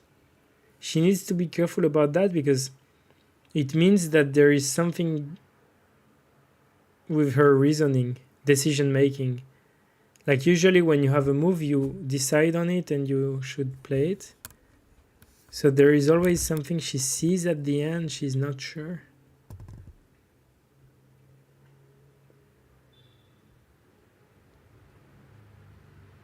Okay, queen f6. But I like she moves the piece in a very calm manner. Queen f6, it was not on my radar and not on the radar, but makes sense. Even though the computer doesn't like it, I like it. The only issue I see is that now there is an issue. You cannot trade anymore with that move because that loses the pawn. The queen was defending that pawn, so it was leaving you the option to trade your worst knight for white best piece. That would have been a good position. I mean, a fine position. But here, queen f6, now, first, after this knight move, how do you defend the pawn? Secondly, what do you do with this knight? So what do you do with this rook? There are a lot of issues. There are a lot of issues in the position now. But she's attacking a very important pawn. Oh, she's attacking b2. Okay. I didn't pay attention so much at what she was doing. I mean, what she was attacking. But it's true that she's also asking a question on b2. But grabbing that pawn is maybe not the most important thing. Especially that it will maybe open the rook eventually. You punch me, I punch back. It's the punch for punch strategy. It's true. It's true.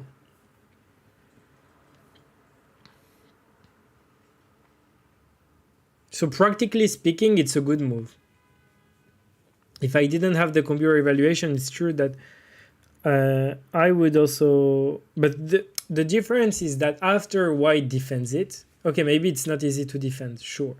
But let's say even a dumb move like rook here. Again, what do you do with this piece? The problems are the same while white, I mean, has the rook assigned to the pawn. Okay, it's not great as well. It depends on her opponent, yeah.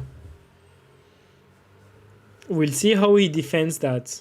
It's true that in any game of chess, if you don't ask your opponent questions, you will never ask, he will never make a mistake because he will never face a challenge. So it's true that it's also a good practical move. Queen f6.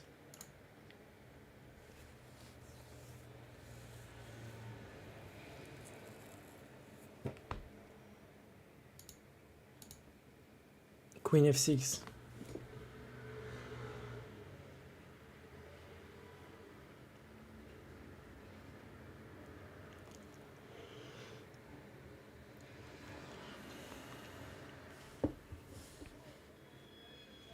Time for breakfast. What time is it that you were where you are? What is your time? Where do you, in which country are you? Because it's a little bit no, wait, what time is it already? I mean, in I don't know if you are in Ireland or in France or in Europe, but it's 12, no? In Europe. No, in Ireland it's 12. In France it's 1, I think. But it's not time for breakfast, isn't it? Time for for lunch or for brunch, which actually I just realized is a mix of breakfast and lunch.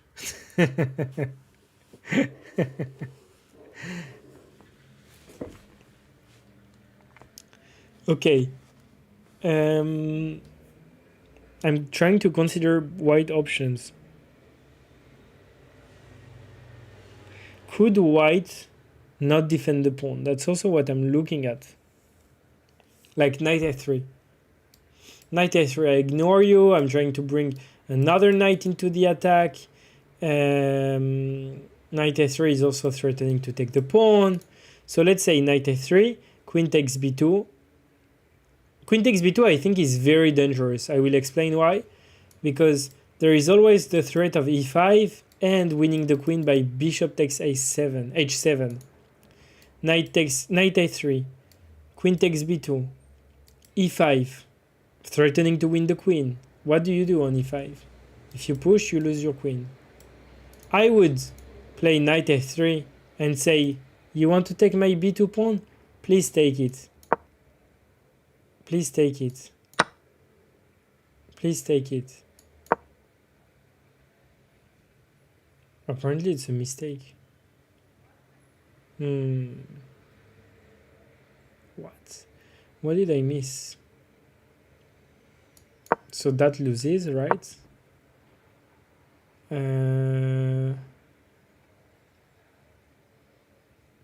Where does our queen go, by the way?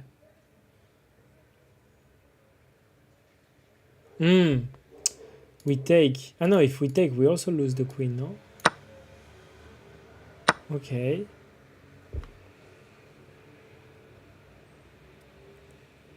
Wait, what do we play?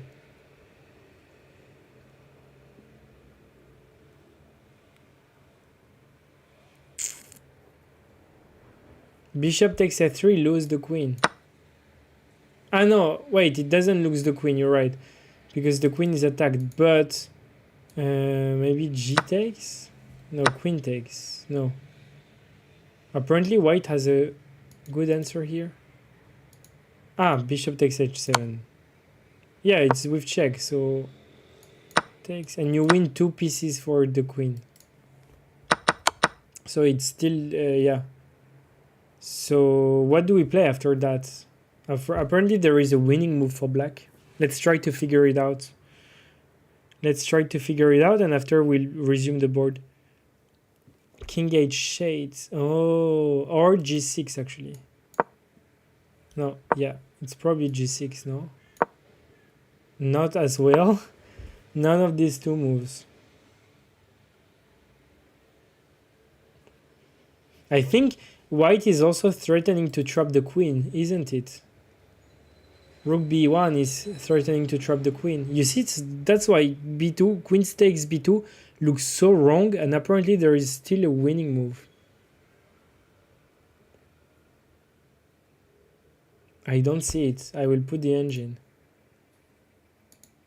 That's a hell of a hard move. But the pin is always both ways. The good move is bishop e4. Trying to win the bishop by utilizing, and you're blocking the diagonal. What a move! Oh my god. I like this move. Wow, I like this variation. That's the only move. All the other moves are not good. Guys, bishop e4. And very important, your bishop is protected by the knight. So if the queen takes, you take with the knight. If the bishop takes, you take the queen. Amazing. But you see how dangerous it is, e5, and the only resource we have is bishop e4. Really hard to see. What did her opponent play, by the way? He played knight b6, knight b3. Knight b3, so leaving the pawn and saying please come take it. No, wait. Because the knight is overloaded. Okay. It's a move. It's a move. It's a move. He's threatening to take the knight and then to win the bishop. So, yeah. What do you play? Okay, everything is hanging there. She needs to do some calculation here. My first instinct is to go bishop c6. Or what? Or even knight takes b3 and come back. But you lose the good bishop.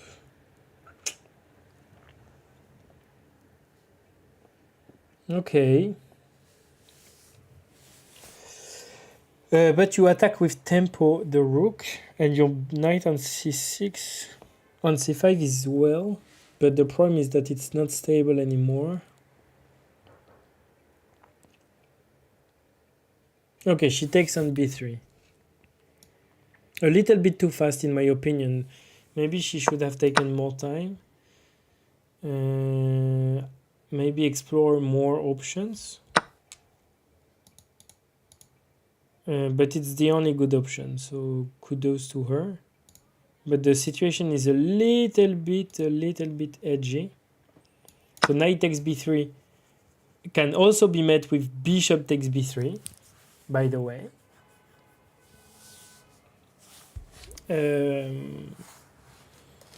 Or rook takes b7.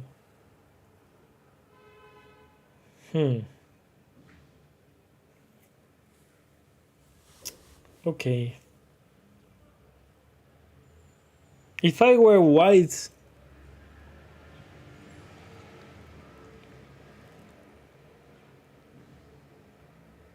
I would probably take the bishop, no?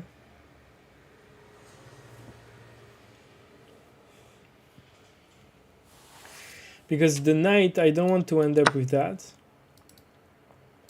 It's not very impressive.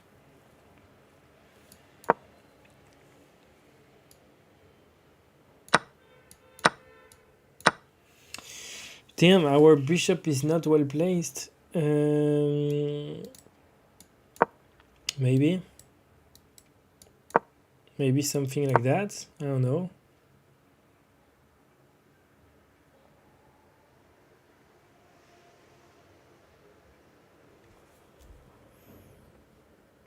That could be an interesting continuation. We are down a pawn, but most likely going to go back win back a pawn because of the piece activity. We have a good bishop, everything. We just need to be aware of the back rank mate.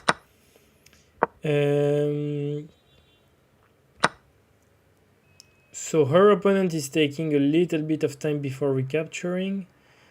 He has to decide whether he wants to capture the knight or the bishop, which could change the course of the game.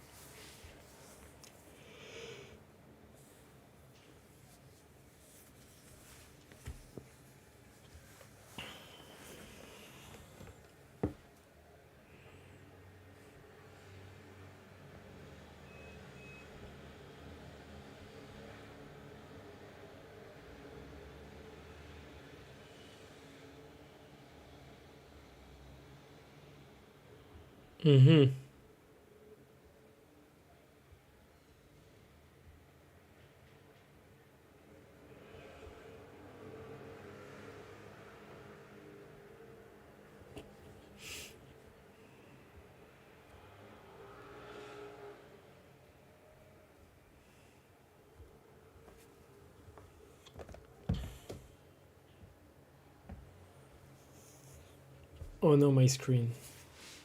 Turn it off.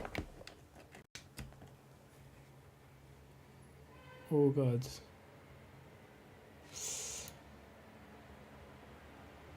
Sorry guys.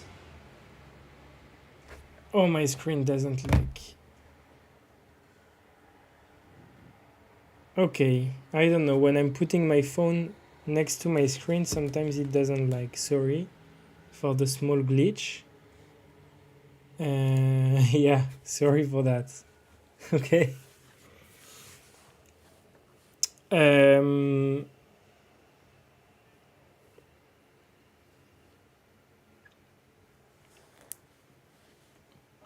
okay, he decided to take the knight, which I'm happy about. I think taking the bishop was maybe better.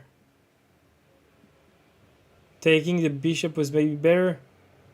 I think. No? Hard to say. But he took the knight. He took the knight. Wait, if he took the bishop? Ah no, apparently it was worse. Because the knight is really good, it's true.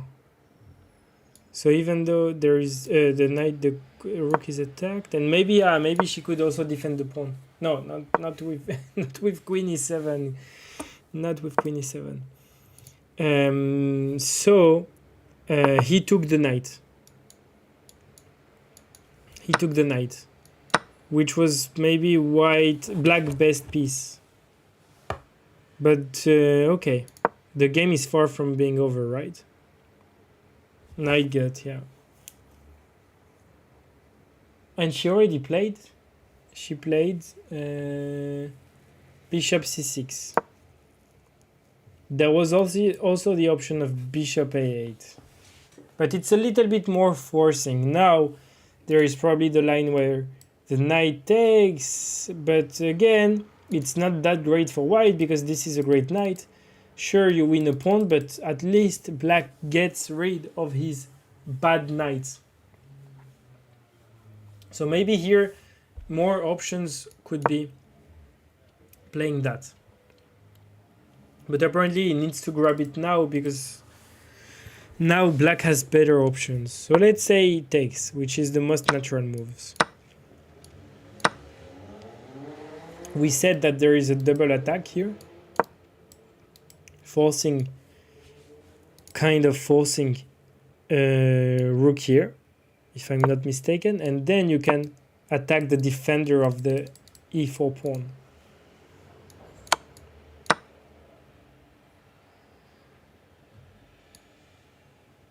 And here the position is better for black. I mean better. Not that black is better, but at least you exchanged a few pieces. So it's slightly less worse situation than before.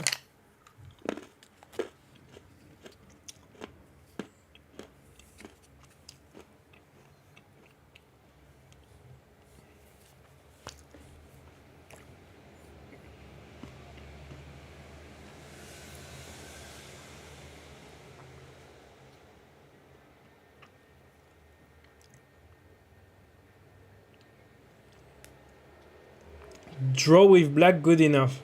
Got to win round 5, yeah. Especially in that position. I mean, if we reach that position. Here we are still there. Yeah, we are here. But most likely white is going to take. Is round 5 today? Yes, I think so. Round 5 is today, I think. That was round 1, the first night. Then round 2 and 3 yesterday, and round 4 and 5 today. Exactly. It's quite intense, yeah. It's quite intense. Most tournaments, I mean, not most, but a lot of tournaments have double rounds during the same day, which is intense. Quite intense.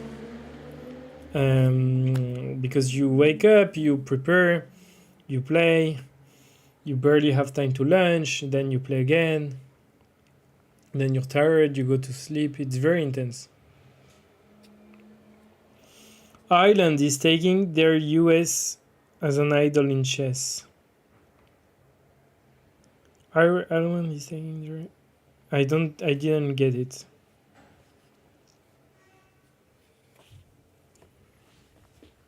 It's funny that it's Ireland and the guy is all dressed in green. Even though he's not Irish, I think it's Scottish, if I'm not wrong about the flag. I will just check.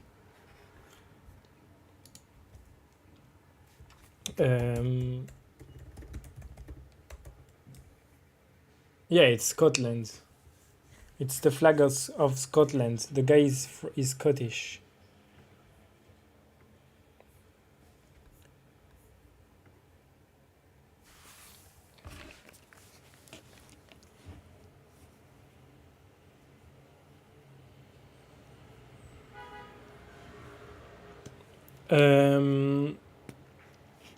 Okay, he's thinking. He's calculating knight takes d6. What other options does he have? I don't think many. Takes. Rook takes. You need to look for forcing moves. There are undefended pieces. You cannot fork them, unfortunately. But there is queen f4. No, not queen f3. Queen f4. Double attack on the pawn and the rook. Only way to defend, so you can sacrifice the rook, but it's not worth. The only way to defend is rook d4, I believe. And then you also have, by the way, I didn't look at, but you also have e5. e5 could be a move.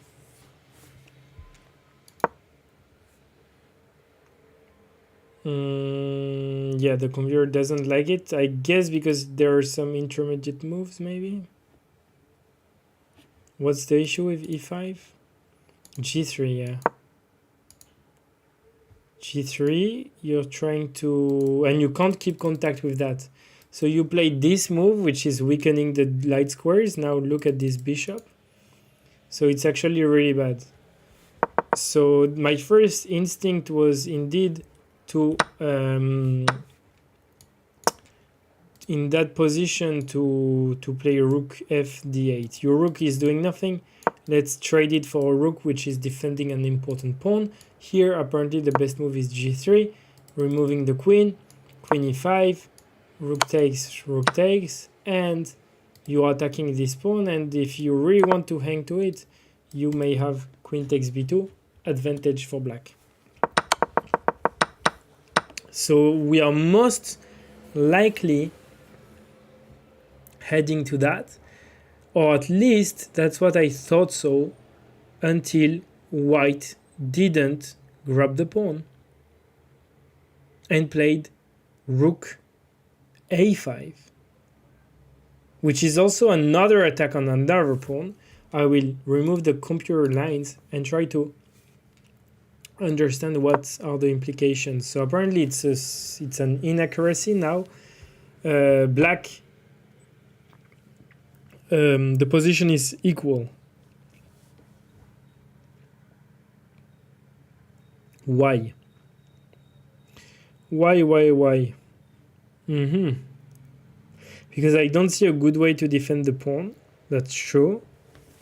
So what do you play?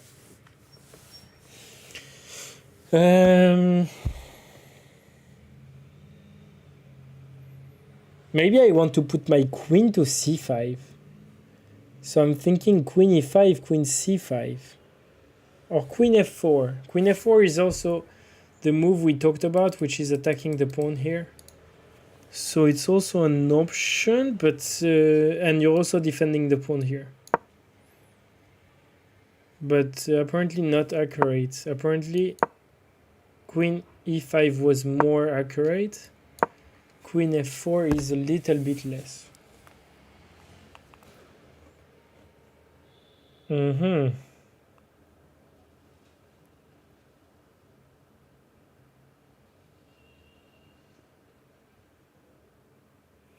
Now I wonder what happens. Let's say what?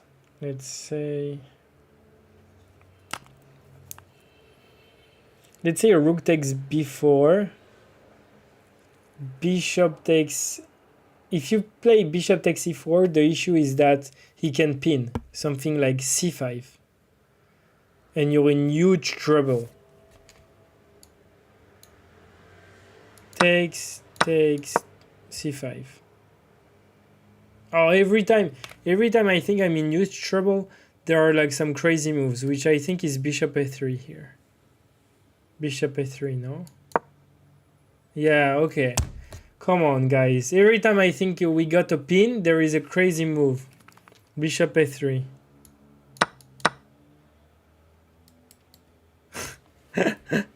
I didn't look at the computer. I found it, which I'm happy about.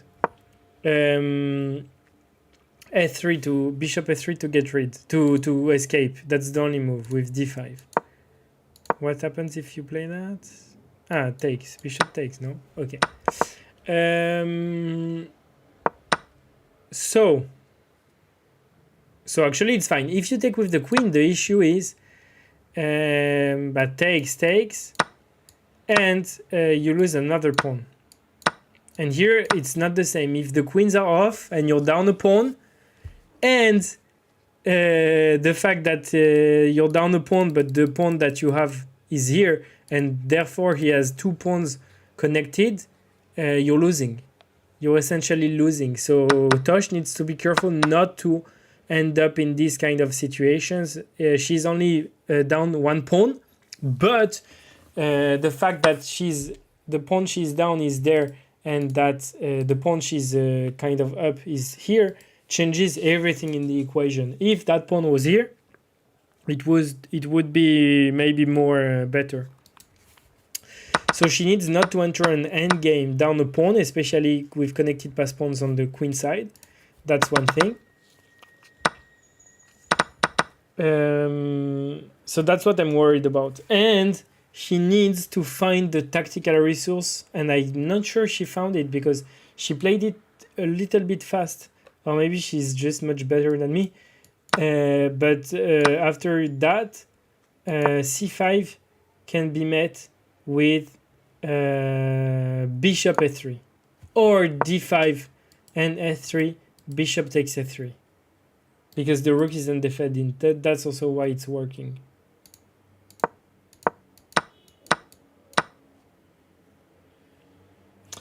So yeah, but I love it. There are so many tactics. I love these positions. I love it. Let's see what her opponent decides.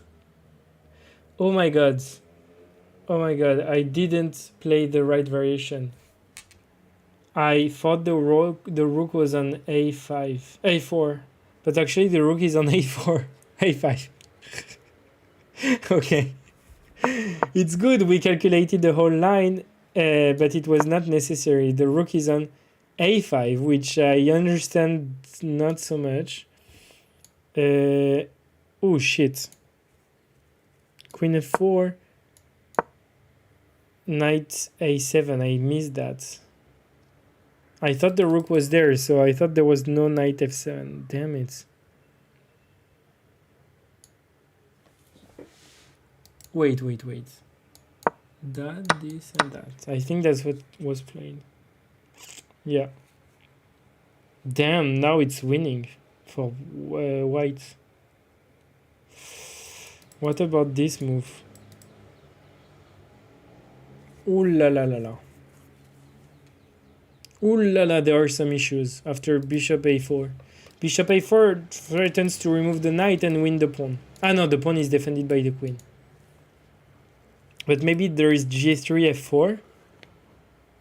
Something like here, you kind of need to stay there. Okay, that's not what he played. They are playing way too fast. What's their time situation?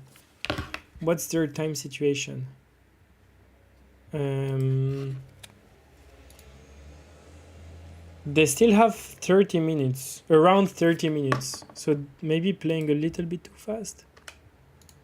But okay, I was worried about this move. Something like here, there, here, there. Oh no, this is losing. There is the rook. I'm playing a little bit too fast. Here, maybe... I don't know, but it's winning for white. It looks like there is some tactics. I don't know what. Rook a8. Okay. Rook a8, very uncomfortable. How do you defend? Now you can take everything and win. I know. Okay, anyways, it's not the game. Let's go back to the game, but there were some things to do there, I think. So bishop a4 was not played. Instead, it was rook b5, I think.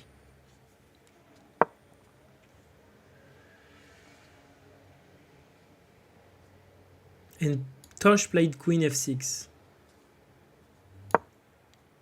Like, you punch me, I punch you. She should have moved the rook a8 when it was ready. It would have forced white's hand this before knights were taken. Yeah. This crazy rook is causing problems, that's true. And now she's in bad water. The damn rook. Yeah, the damn a7 rook. The damn a7 rook, which was on a7, then a4, a5, then b5. What happened? I think I missed something. He played... What did he play? Ah, he played f3. He played f3 to defend the pawn. I don't like f3.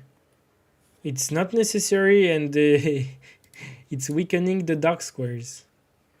You should refrain from weakening squares if it's not absolutely necessary. I mean, I understand his idea of also preventing the knight from jumping, but now the knight maybe has ideas later on to play like this, and also you're putting your pawn on a light square.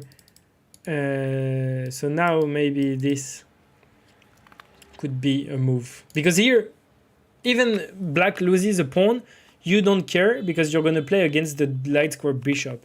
So my first instinct is maybe to go knight d7 and knight c5, attacking the bishop, and if you're good, you can just outplay your opponent with the knight versus a bad bishop. So I hate f3, and actually f3 is an inaccuracy, it's not a mistake.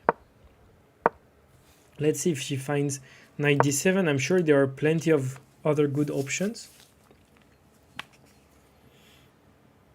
but she cannot defend the pawn, that's right. But she doesn't care about the pawn, to be honest. Or at least she shouldn't care. She shouldn't care. I like knight d7. Let's see what the computer suggests. Knight d7 is the best move, yeah. Knight d7. You need to identify also that your knight has no future here, and there is this great square, which the knight is going to stay for some time. Yeah. But if he pushed before, it starts to be the issues, right? But for now, for the time being, the knight on c5 is good. And the rook is kind of trapped. Funny. I mean, it can only go there to keep the defense of the knight. And I'm sure here black can find counterplay. I don't know, maybe with h5 to not get mated on the back rank, and now maybe involve the rook. You see, it takes a little bit of time. Maybe? Something like that, maybe? No.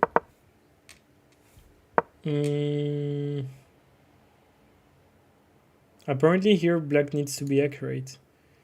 e5. Blocking the square so the knight doesn't play, but... Very nice. Very, very nice. Creating an outpost.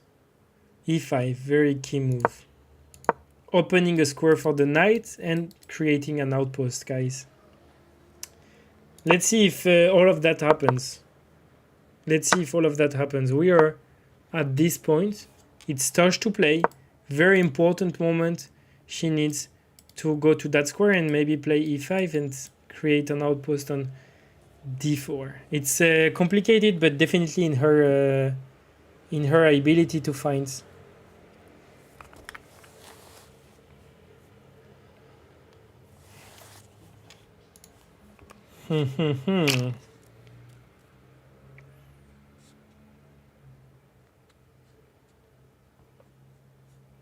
That's the position we have on the board, right? I didn't mess up anything. It seems like winning for black, but gotta prove it. Wait, not this position, right? You mean if everything happens with what I showed? I hope she finds knight d7. I think it was the only option to keep in the game. Ah, knight d4, yeah, because the knight is too strong once it reaches d4.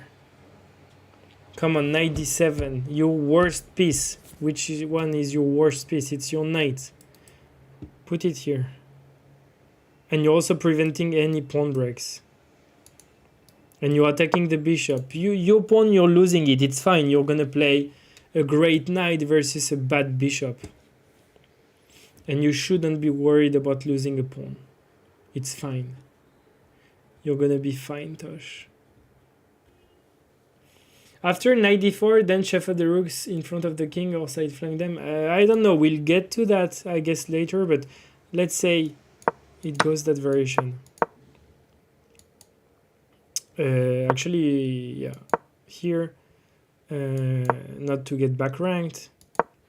That's here e5, very important. e5 is doing a blockade on the... I mean, look at this bishop. You don't care to give up that square because you're going to put a knight there. So that pawn is not going to be easily attacked. And white doesn't have a good way to attack the pawn, like with the rook and then the queen. And anyways, you could always defend. So here it's purely positional. You're just going to go here and there. And it's almost winning. I would say strategically it's winning. Because I don't... I mean, white may have counterplay. Oh, there is a fork here, so he needs to move. And the knight is way too strong here. Actually, it's a fork. You win something, yeah. Like the knight is too strong. And Tosh didn't play knight d7. She played what?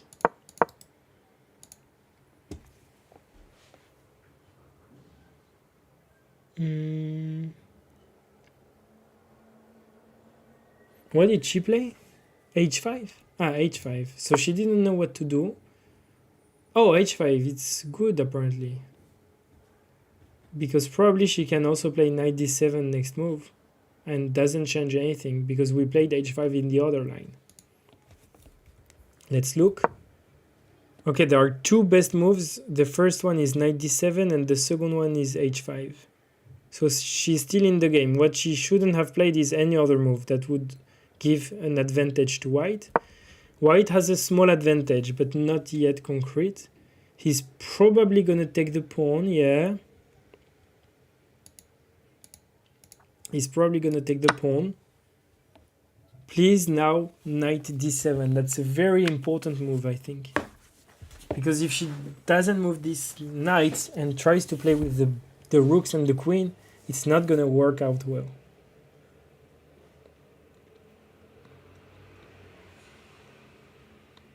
Okay. e5. But I think, I'm not sure this order works. Exactly, yeah.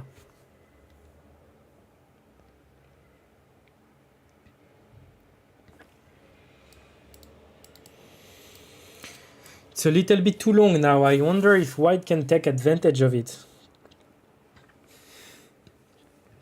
I understand her idea, but maybe it's not gonna work. Why? I don't know. I don't know. Why? Like if white doesn't do anything, it's gonna work. Right? But the issue is that white can play moves. White can play moves. How can white take advantage of e5 now? I'm not sure, to be honest. Knight d7. First he can sack a pawn, maybe, for opening his bishop, like maybe c5. Okay, looks decent, but not the best.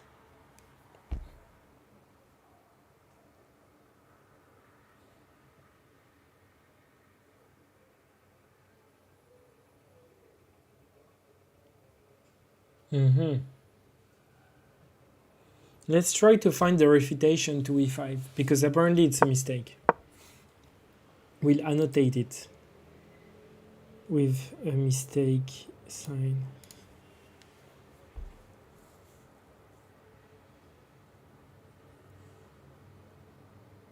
First, also, what about bishop a4? Pretty much forcing. We need to defend the d6 pawn. So rook a6. Ah, by the way, knight d7 was also made by that. I just said, yes, so you couldn't play knight d7 now. That's what I didn't like. Wait, but if you play knight d7 here? Ah, the rook is obstructing. So now you have time to play that. That's probably the explanation. Honestly, I didn't saw that. I just felt like knight d7 was the move. Intuitively, I don't know why. But okay, now it's too late because now the diagonal is open. And the game continues. What did he play? He played...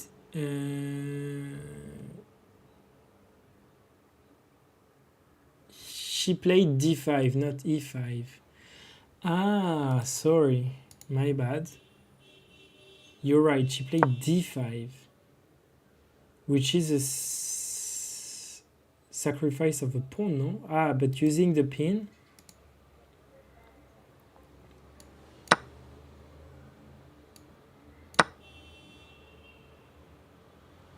I think that's the situation we have.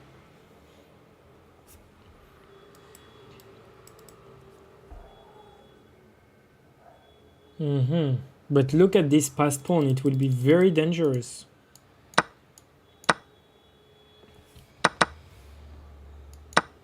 Ah, so sorry. White cannot do that because you would attack the rook and then the bishop. So you would lose a piece. But apparently there is an issue. There is an issue here.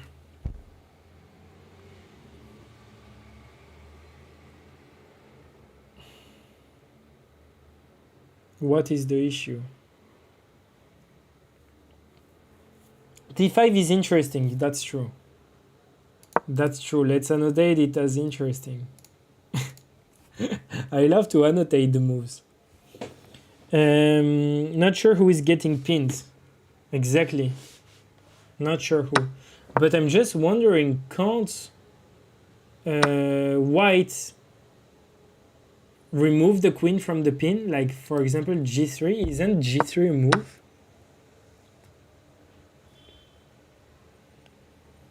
She's banking on rook c1 check.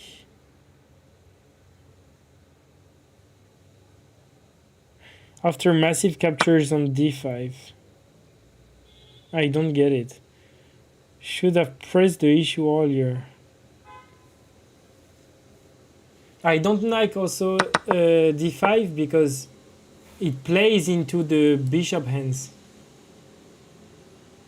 It plays into the bishop hands. So it's a little bit too direct. But what about g3? g3 is the best move, I think, guys. Because it removes the queen from the pin. You need to move your queen. And you lose the pawn. And that's problematic. No, actually you have another pin. Maybe f4 now? No, f4 f4 maybe? No, I don't know, but there are some issues in that area. What's the move now? Bishop takes d5.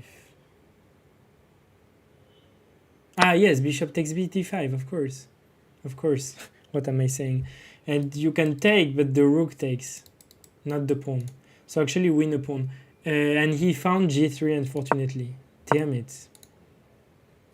g3 is on the board. He's removing the queen from the pin. Sure, he's softening a little bit his castle, but Tosh is getting in trouble now.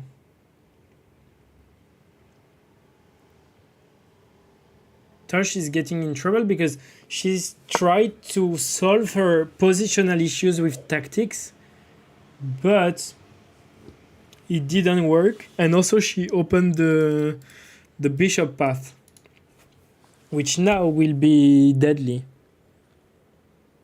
I mean deadly, it's not yet lost, right? Anything can happen, but she's in a tough spot. She's in a tough spot.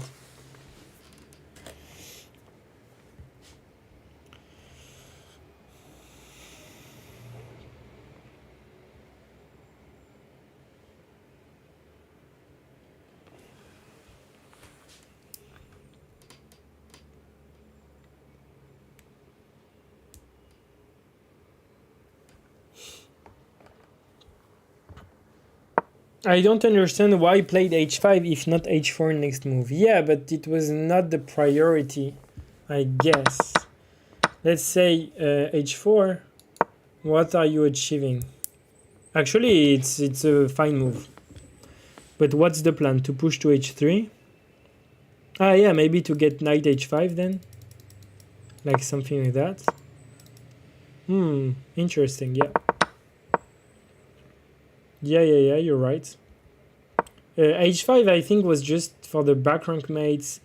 Take some space, maybe prevent g4. Maybe. But you're right, h4 was a move. But here d5. Interesting, but doesn't work. So yeah. Because of g3. Mainly. Let's see if it was the only answer, g3. Yeah, it was the main answer to refute it. And I don't think he saw it before. I think it was more he saw it after Tosh played. I will charge my phone. King safety, sack for material advantage. Yeah, maybe it's like you're down a pawn, but white's king is a little bit more soft. But look at white pieces. They're still very active, and the king is well defended, so yeah. Okay, she played queen d6, which is attacking the rook. So maybe pawn takes and queen takes. But I think that's probably winning for white, no? Let's say takes. Ah no, what am I saying? The rook is under attack. So now, actually, what does white do? Actually.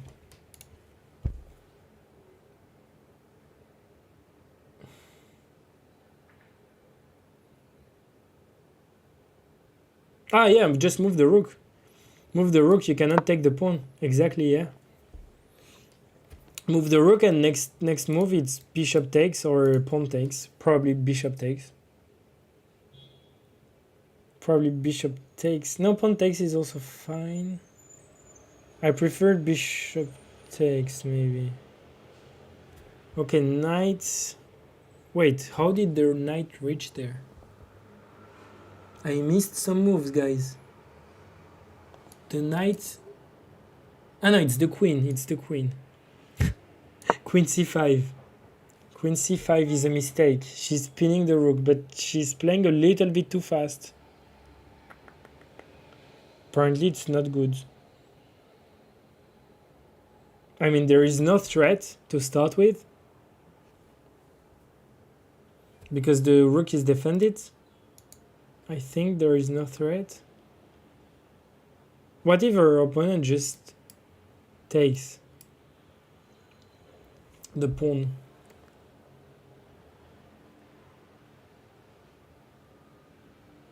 I mean, she's just getting out of the way with the queen. Right? Mm-hmm.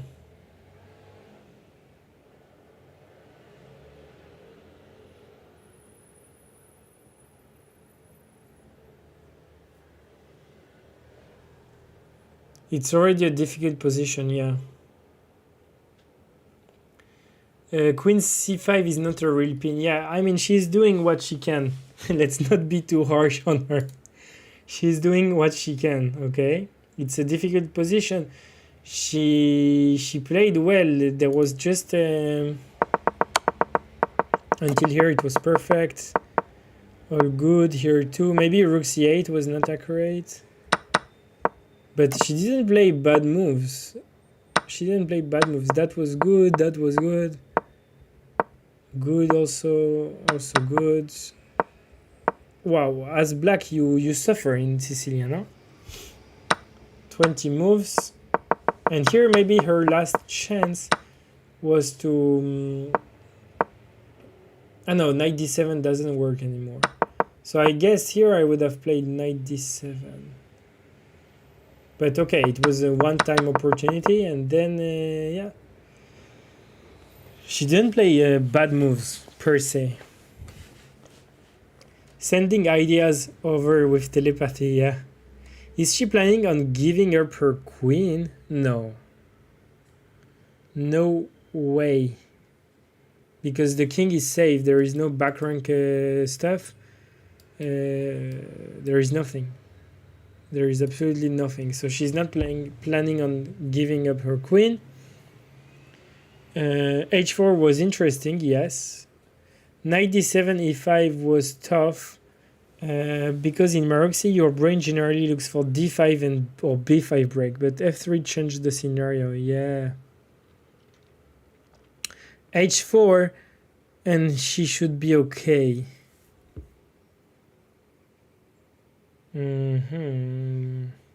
But h4 can be met with g4, no? No? You're going to need to be fast, develop with tempo and threads. Okay. He took the pawn, I think. Did he? I don't see very well the boards. No, the pawn is still there. What did he play?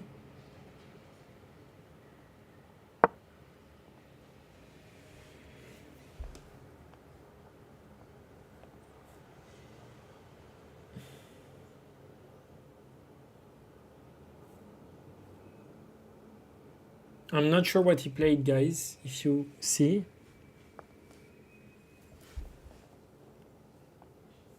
After queen c5.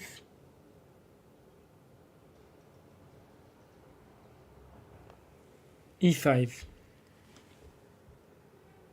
Ah, yes, e5. Yeah. Okay, that's also forcing, and the knight needs to move, and he's gonna win the pawn next.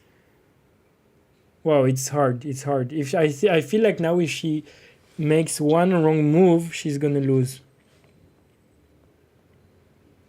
Damn it. She's in huge trouble, I feel like. Even though it looks like an okay position, she's pinning even more tactics, but okay. That's very dangerous, but okay. She's trying to get chaos, which is good. Rook e6, but that's very dangerous. But she's trying to complicate. You know what? Why not? Why not? The only thing is, what if... if that... Apparently it's not good. King g2. Okay. King g2 renews the threat of taking with the bishop. And then with the rook. I think it's a very sensible move. And also that pawn cannot... Maybe now rook e8, maybe? Rook e8, maybe asking questions about the pawn. Actually, it's interesting, rook e8. I don't know what to do with white. Maybe f4. But f4, I think it was not good. If she wants to complicate furthermore, I think rook e8. Rook f e8. Or am I missing something?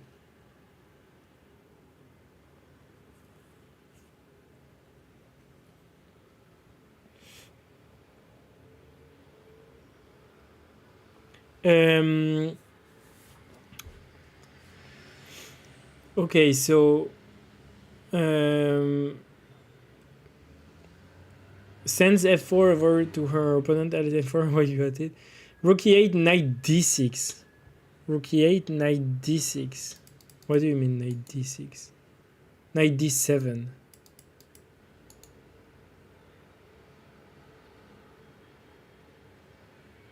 Rook e8, yeah. Rook e8 is played. Okay, that's still like... Apparently there is something for white, but he still needs to find it. Let's try to think what does he have.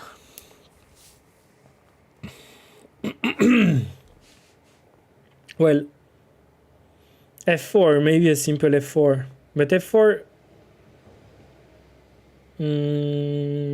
f4, knight g4... f4, knight g4... Or f4, the knight moves, and then you lose the d5 pawn. That's the issue. f4 is the move to, like, the stand down move.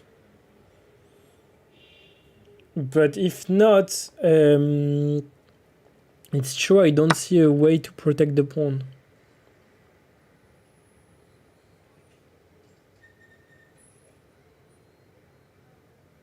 But still, maybe just bishop takes d5 also works. These are the two moves you should think about. The knight is being sitting duck. Yeah, that's true, especially after e5 move. That's why he plays f4. He's in no rush. What do you think? f4 is a mistake or the best continuation? It's the best continuation now. But she has that, doesn't she? But okay, no, the pawn is gonna fall, so it's only gonna make more problems. So she doesn't. So now she's in huge trouble, I think. I would maybe try there, trying to go for something like that. But she's in huge trouble. She's going to lose that pawn. She's probably going to lose that pawn as well, or have to weaken the squares. Now it's trouble, I think. The game is not lost, but she's in huge trouble. I think the mistake in reasoning was pushing d5. Pushing d5 was playing into the bishop hands. But you're right, probably because she's a Sicilian player and d5 is a typical push, but not with these set of pieces, I guess. Not when he has the light square bishop and you don't. And she hasn't played yet. But she will have to decide on where the knight goes, and it only has not attractive options like knight d7 and knight h7 or knight g4, but none of these options look attractive, especially that after the queen goes there is always bishop c2, and that could be very, very, very dangerous. For instance, knight d7, not even obliged to take, you can just take here. And you're not happy. I mean, bishop c2 is not yet there because of that and this. But everything is falling apart in black's position. Also look at this diagonal. There are a lot of people there because of the rook on e6. So I feel like it's going to be tough. It's going to be tough. Okay. So she's maintaining the pin, trying to get more and more complications, attacking the b2 pawn. That's good. That's good. You need to complicate. But the more she's complicated, the more we are heading towards something that she's losing. But at least she's fighting, that's true. The pin is still there. I think one reasonable move for the white could be to what actually? So the bishop is attacked, whether he defends it or.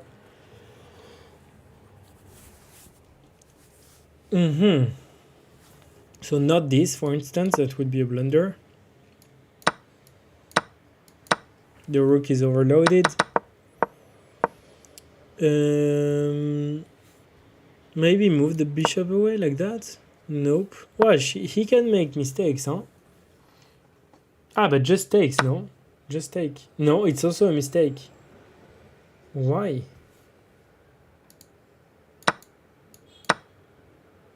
Ah, maybe now it's more annoying. She's finding good moves. Trying to complicate.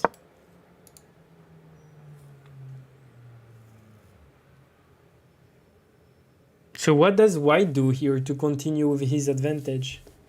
Bishop a4. Ah, that's true. Bishop a4, yeah. Sometimes I miss natural moves, but bishop a4 is the move. But we saw he can make a mistake. So rook d3, rook 1 to d3. Okay, I don't think he will play that, but we never know. Other mistake is bishop a2. The position is not now equal. This would be also a mistake, of course, because of queen takes, and here. Probably. So there are not so many moves, actually. What are there? Other options? No, actually the only move that keeps a big advantage is bishop a4, guys. So if he doesn't see it, the position is equal. So let's call that move interesting. Let's call that move interesting because it's a good way to try to come back. There is only when you play a move and there is only one good move from your opponent to play. I mean, even though it's maybe not the most difficult move to find, it's good. It's good. And I feel like I have the feeling, perfectly gut feeling, that her opponent could miss it.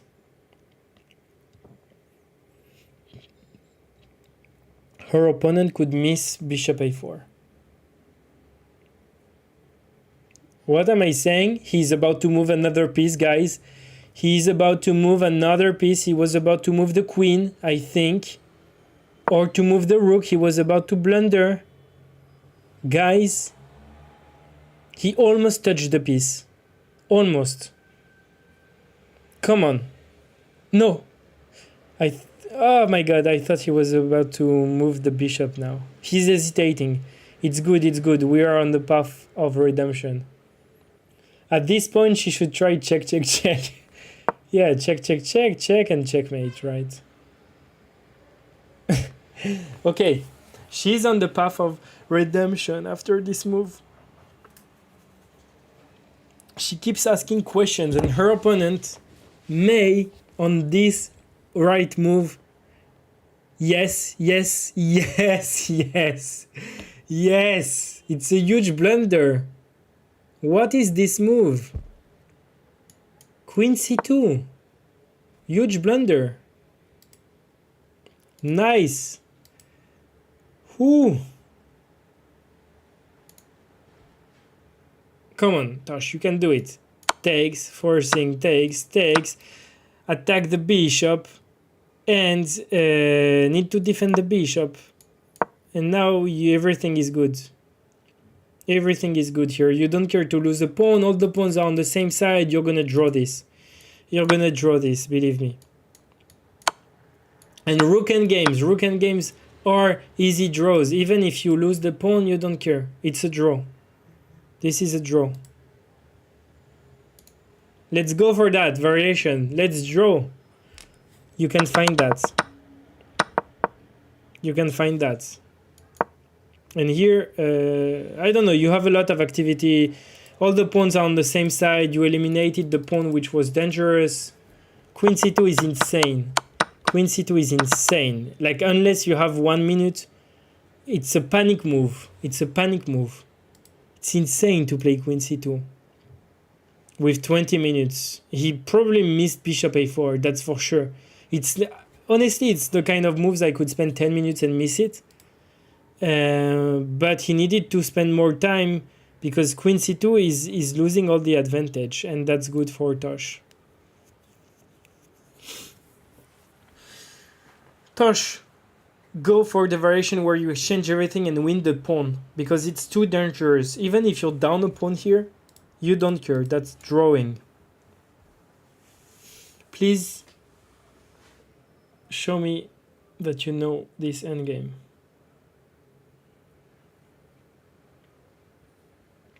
That's the type of move Dr. Ganto plays 7 seconds before starting to swear in Turkish before 3 minutes straight.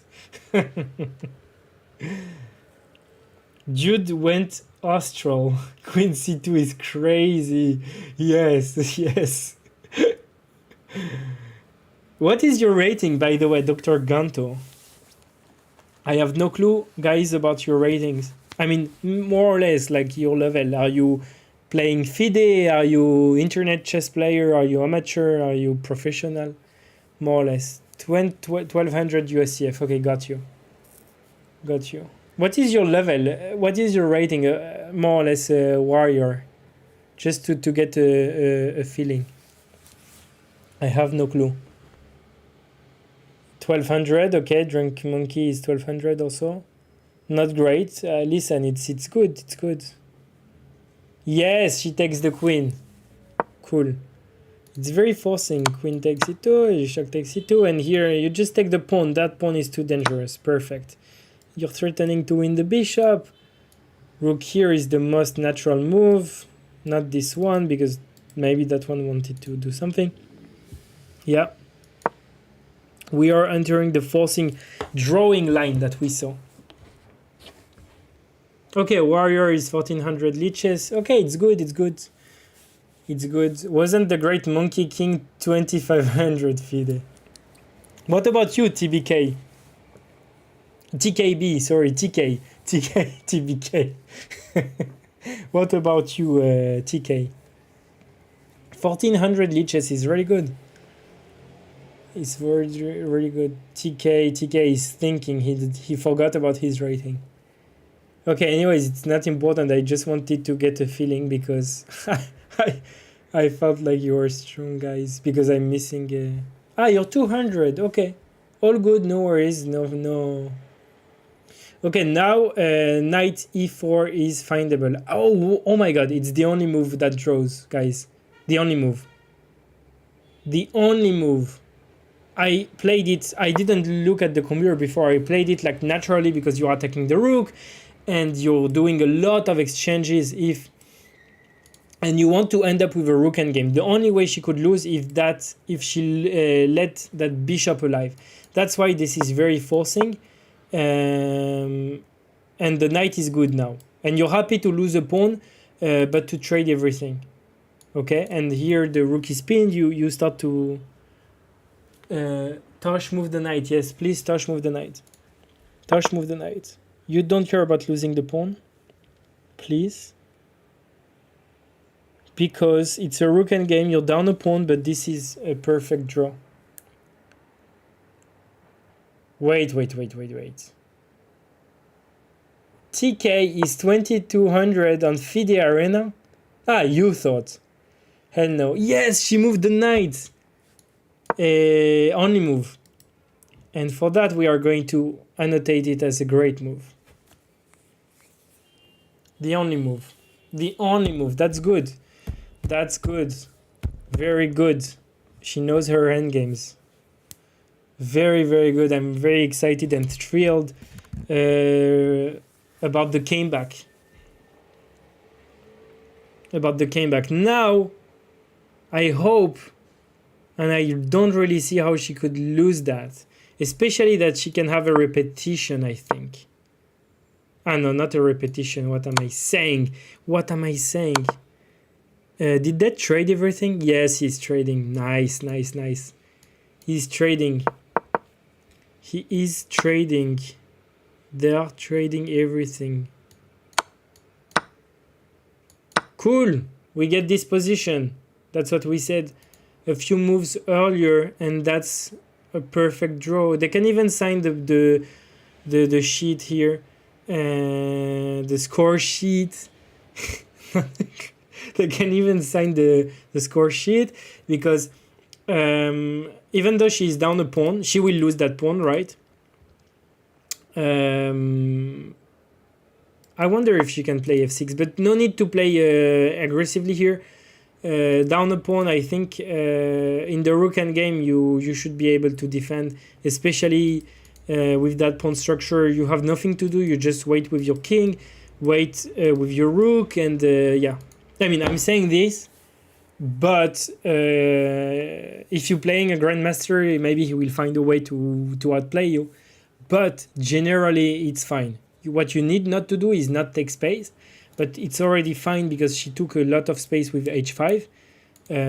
So she has some space. And what she's thriving to do is to trade all the pawns, end up with her king behind, in front of the passed pawn, and get what we call a Philidor position, which means you're down a pawn, white has a passed pawn, but if your king is in front of the pawn, you get your rook to the 3rd rank, which is here the 6th rank, and you won't lose.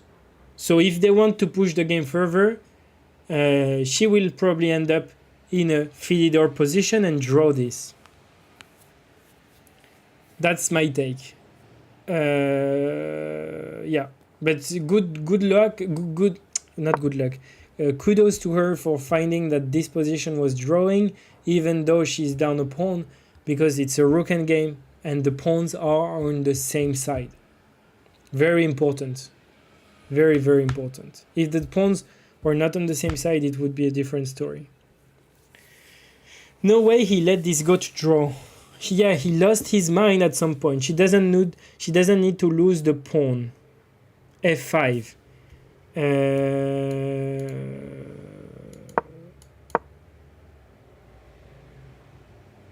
That's true. I didn't consider that.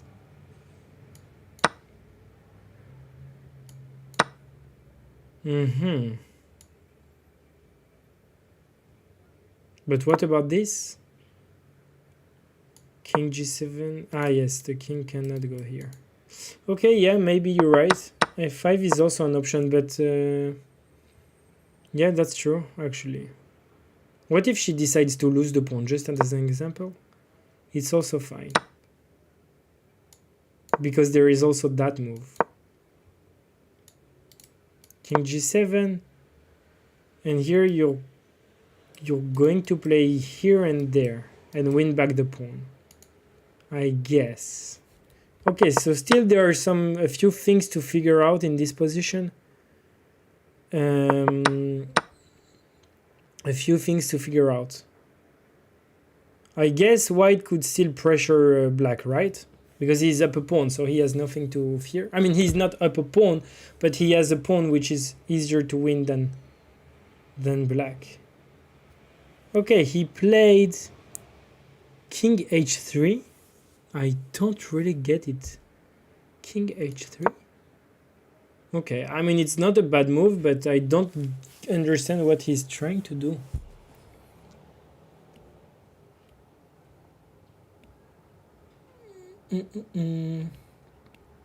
He's trying to maybe advance there and force g6. I understand. Maybe he's trying to force g6, so now after f5 is met by e takes f6 and you counter capture with the g pawn. Maybe that's why he's forcing. So I would go king h7. King h7, no? Something like that.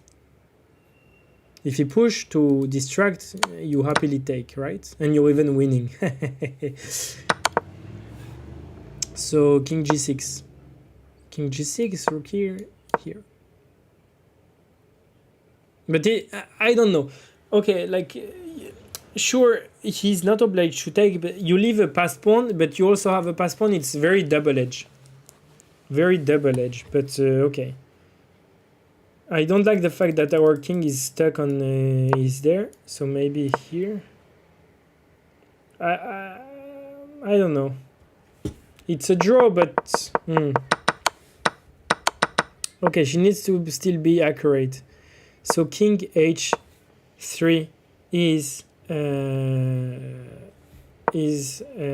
next move.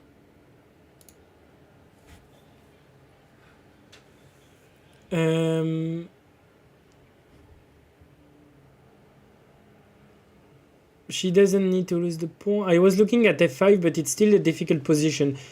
I would not call it a difficult position. I would say you need to be aware, but compared to before, it's much, much better. It's still not a draw. Probably easier to draw 3 versus 3 than 4 versus 3. Yes, I think you're right. I think the less pawns, the better. Or at least easier to agree draw, yeah. I would have to do the Philidor in a tournament. I would hate to have to do the Philidor in a tournament game. Yeah, depends on if you have to play a critical move or not. But the Philidor by itself, if you reach a comfortable position and your rook is just there, it's easy. You just shift the rook. So it should be fine.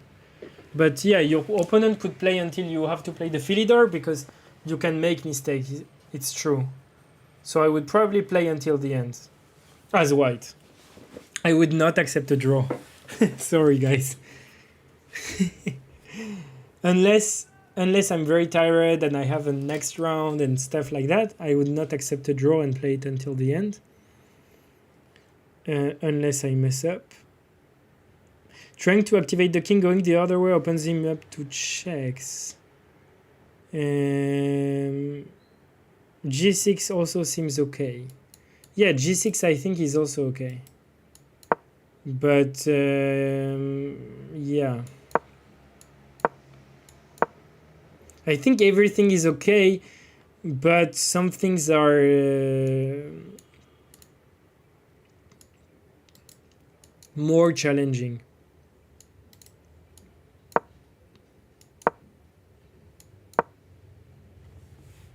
Yeah, that would blunder the fork. Rook b7, you lose the pawn, but rook... this is the kind of situation I don't want her to end up. Even though it's a draw, it's more difficult, I think. Rook b5, preventing to push.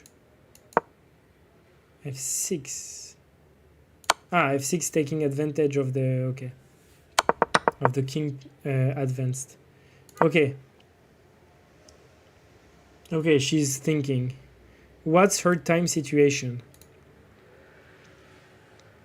They are both under 10 minutes for sure, because the live game is 12 minutes for Chris, 15 minutes for Antonina, for Tosh. So... and the position is a few moves behind, so they're probably under the 10 minutes thing. I think there is no additional time. So a little bit dangerous. A little bit dangerous.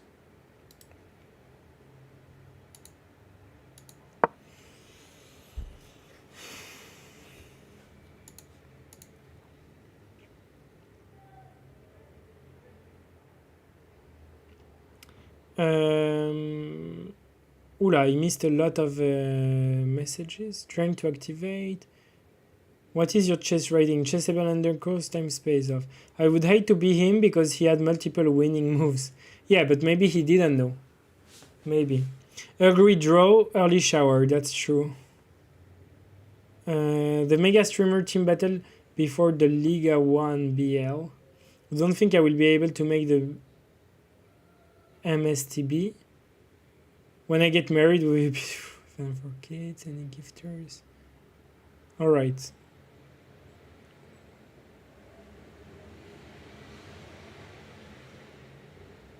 All right.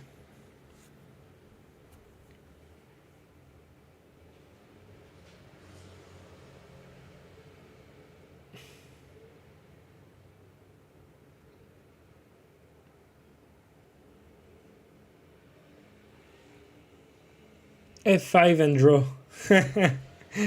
F5 and draw. Does F5 draw? I'm really not sure.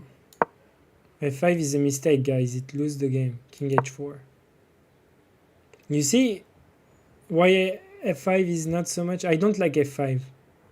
Even if you keep your pawn. She played F6, I think. Which is a move. F6. Trying to undermine the pawn structure. Trying to do some exchanges. If takes, she can take with the G pawn. And also may be able to push. That's still double edge, because what about this pawn now? What about this pawn? And maybe something like king here, king f7, she loses the pawn, she push, stop, and she loses. She loses this kind of endgame, so she needs to be careful. I don't like so much f6. She's not out of the woods. I think it complicates things. And now the path to drawing is maybe more narrow, maybe. Because after king h4, you cannot defend the pawn. That's what he's gonna play. And here, for instance, already, there is only one single move that keeps black in the game. So that's why I didn't like f6. Guys, oh my god, she came back from hell, but now she's back into it. The only move that keeps black in the game is king f7. I don't know why. I don't know why, except that he takes and... maybe I know. No, I don't know. King e6.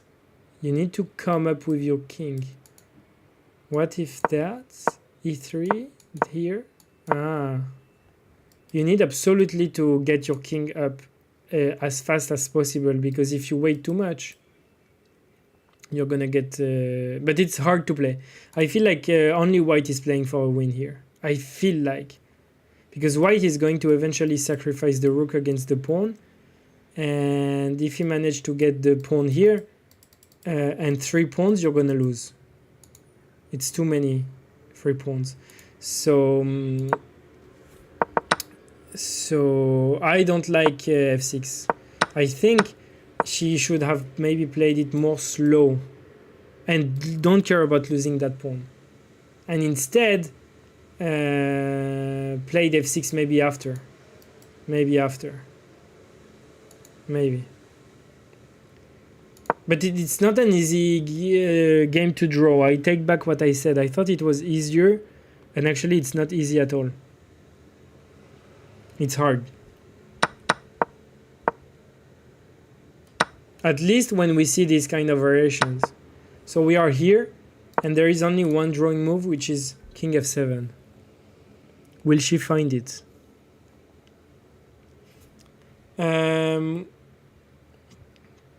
Ask her coach to grind endgames. Don't ask me, though. Chad played this one. Ridiculous. If she played f6, she should have seen this. Okay, she's about to move the king. Okay. King f7. She's not out of the woods yet.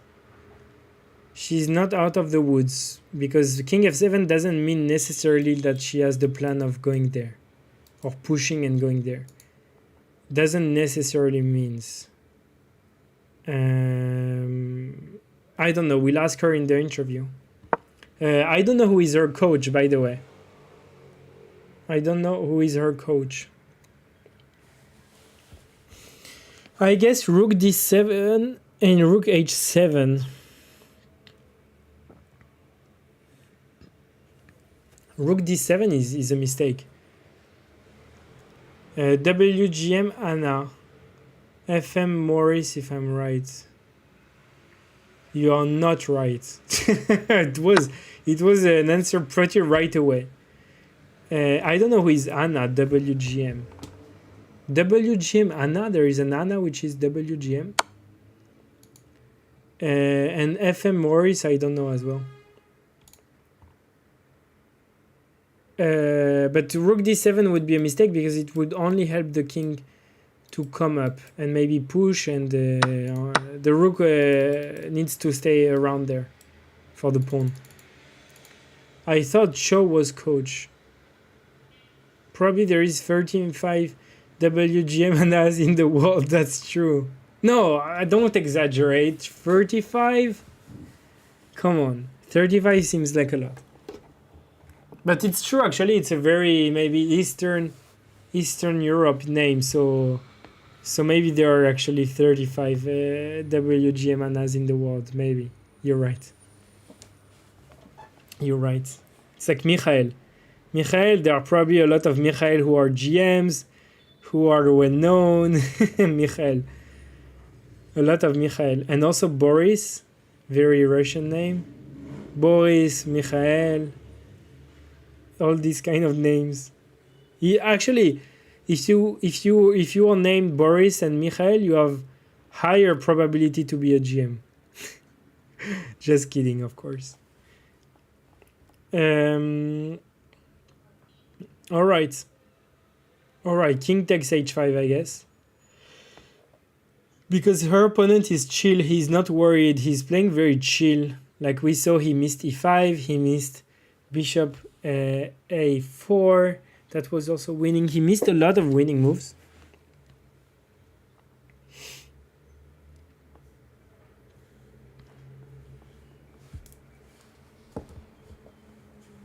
She came back from hell. I hope... I really hope she won't go back to it. And as we can see, she's one of the last boards to play. Oh, interesting. He plays f5 first. But f5, can't f5 be met with rook e5? I think, no? e5, f5, rook e5, no? Yeah, rook e5 is the right answer. Again, she doesn't have plenty of options. There are only 4 moves which draw, especially e3 and rook e5. But I like rook e5 directly attacking the pawn. White cannot go there because there is the pawn. Cannot go there because there is the pawn. So only way to defend is that, but that would be useless because you take, you do a bunch of exchanges, now you protect, now it's a draw. Much easier draw version. So I don't like f5 from her opponent. It's not the most testing variation, I would say. She can find rook e5. And again, never be afraid of the check because, okay, the king is passive, but you're going to win the pawn and you have that pawn that you can push. It's going to be fine. It's going to be fine. And there are only 2 pawns left. So, for instance, I don't know, that. E3 is winning, so he needs to go back. So you're never afraid of a check on the 7th rank if you have a pass pawn and a rook behind it. Never. So yeah. Probably the virtual boat to put a baby in it. What are you talking about, guys? Opponent threw his chances. I wouldn't say he threw his chances, but it was not the most testing variation after e5. Not the most testing, but you know, they are starting to be tired, so it's okay. And also, maybe he's frustrated that he missed some chances. Maybe also he's chill. He's a chill guy. I like Chris. He's a chill guy. Like, he didn't play so many aggressive moves since the start. Maybe a rook a7 and knight b3, but that's it.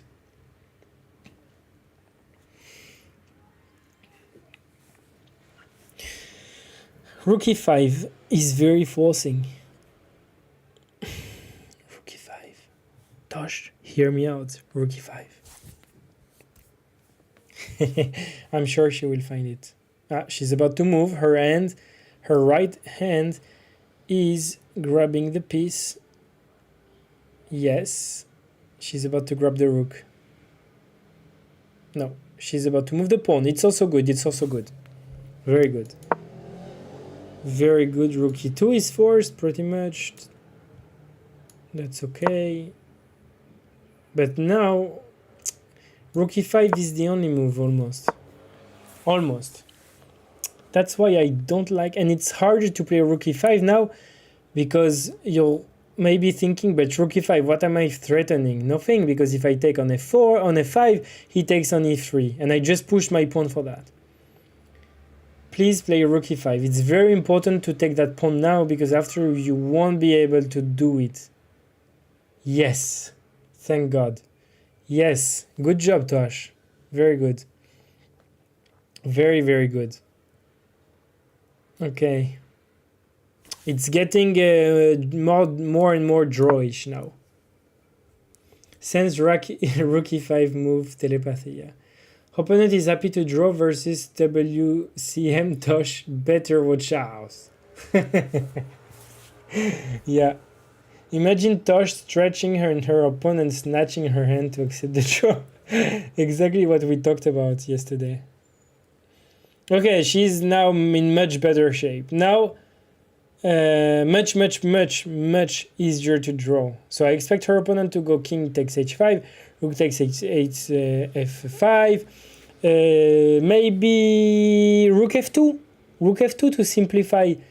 If rook takes, pawn takes, and we promote. So rook takes e3 and rook takes h2, check. And that's a very easy draw. Very easy. I show you the variation. I don't know, here. Something like that. And you draw. It's easy to draw. I don't know. You can play anything. You just go here and you shuffle your rook. No need to do more.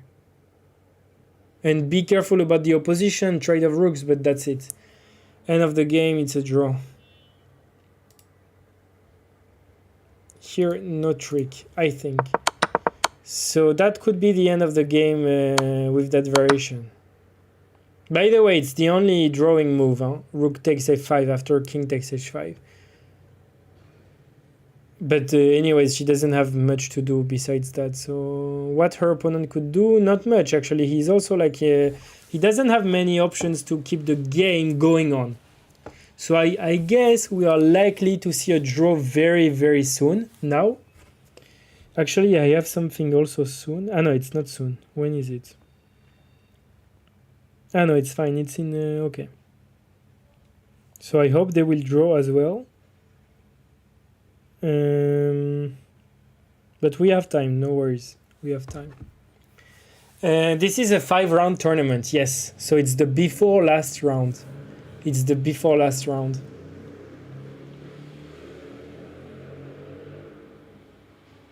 Wait, it's her turn? What did he play? Wait, did he play that? I didn't consider it. Just take. Ah, he wants to keep the pawn alive, okay.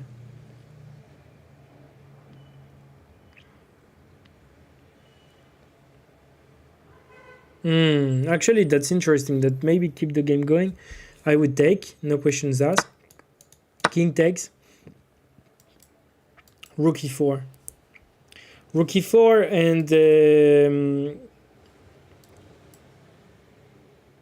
and rook h4, no? Ah, it's not so easy now. Wait. Rook e4, king f3.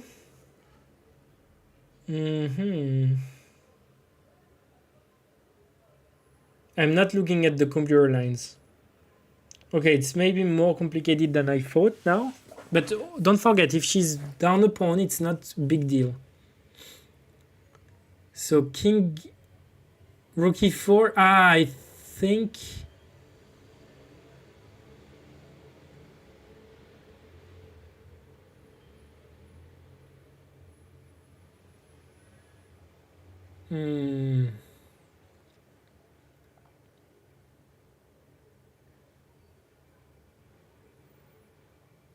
I think I have the draw. Rook e4, king a3, rook h4. Ah, no. It's white's turn. What if it takes? I think there is a draw like that, no? Something like that. You harass the king. It can never go back to that rank because you will take. And the moment the king goes like that, you play this. I think that's the drawing line. I mean, one of the easiest. You take and then you're all fine. Okay. And if not, if the king doesn't want to go away, you keep checking. And if the king goes there, you take here. Let's see how Tosh does it.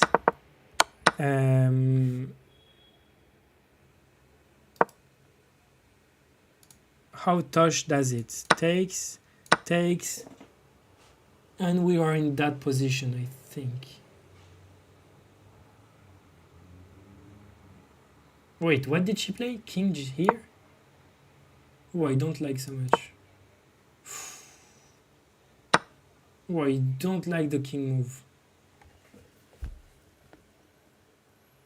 Notice that she's in time trouble, right? And it's much easier when you sit behind the computer and you can try to move pieces. King g7, I don't like that, even though it's still drawing. But one mistake could be lethal. Especially if rook takes, you cannot take the rook, I believe. Oh, there is maybe a trebuchet situation that we are going to get. If rook takes, can she take the rook? Can she take? Apparently she can take. But she needs to be extremely careful here. I think the right move is king h5, not king g5. King g5 is made by what? By king e4. Ah, no, actually it's fine. And then king g4, but maybe there is h3. It's complicated. So she shouldn't trade rooks, I think. But if she doesn't trade rooks, she's also in trouble, no? After that. Ah, no, it's fine. Because she gets to g5. Okay, that would be okay. That would be an easy draw. Okay, and then she goes back and stop the pawn. It's a little bit tougher, in my opinion, to draw compared to what we saw earlier.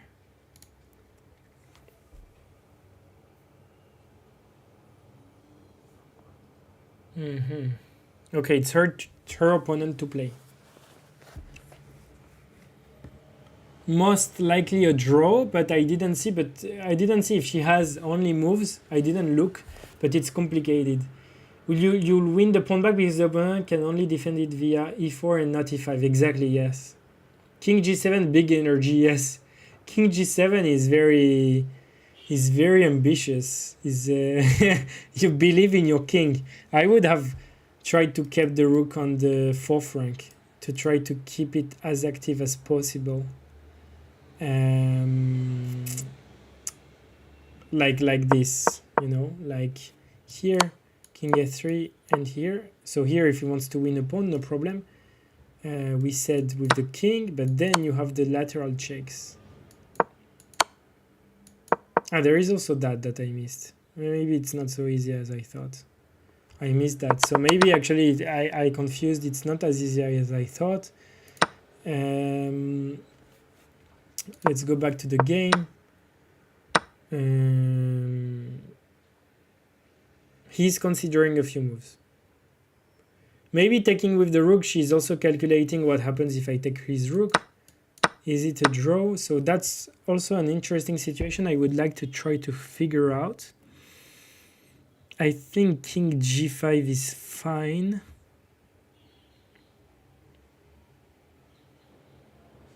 King g5 is fine, I think. I think you can even play both, maybe. King g5, yes. King g4. He will lose the pawn now. So maybe h3 here. But in a trebuchet situation, the side on winning is always the one who is coming by the diagonal of the pawn. So here, black has this waiting move and wins the game. That's a win for black. So that could also turn into black's favor if he pushes too much. So here, the reasonable thing is just to accept losing the pawn and get some kind of situation like that. That would be a draw. So maybe that's an easier way to draw. What did he play again? Oh, no, he hasn't played yet, yeah. Okay. He hasn't played yet. So we are exactly in this position. It's not shouldering. It's not called shouldering, I think. It's not exactly shouldering. It's a trebuchet. What's... Ah, tire-bouchon. It's not tire-bouchon. It's trebuchet. Trebuchet. I will send it. No, it's not triangulation as well. It's called trebuchet.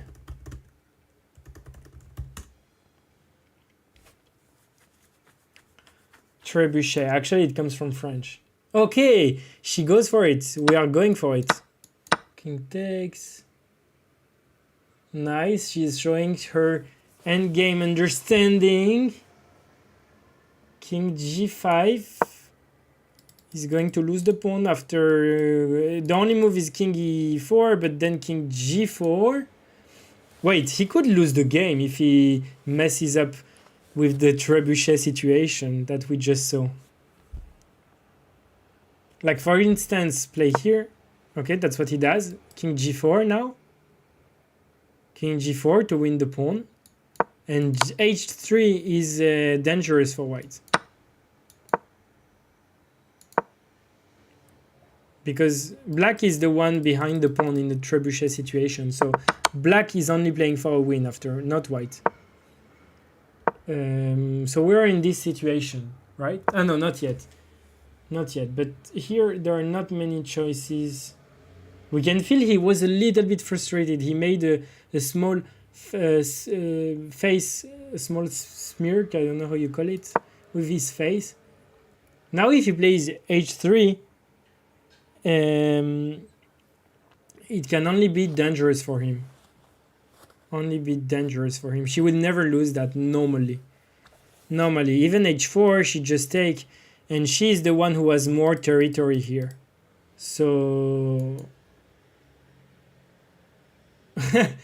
yes, trebuchet. Tire-bouchon is the thing you use to open the wine, right? Yes, tire-bouchon. Tire-bouchon. It's literally cap puller.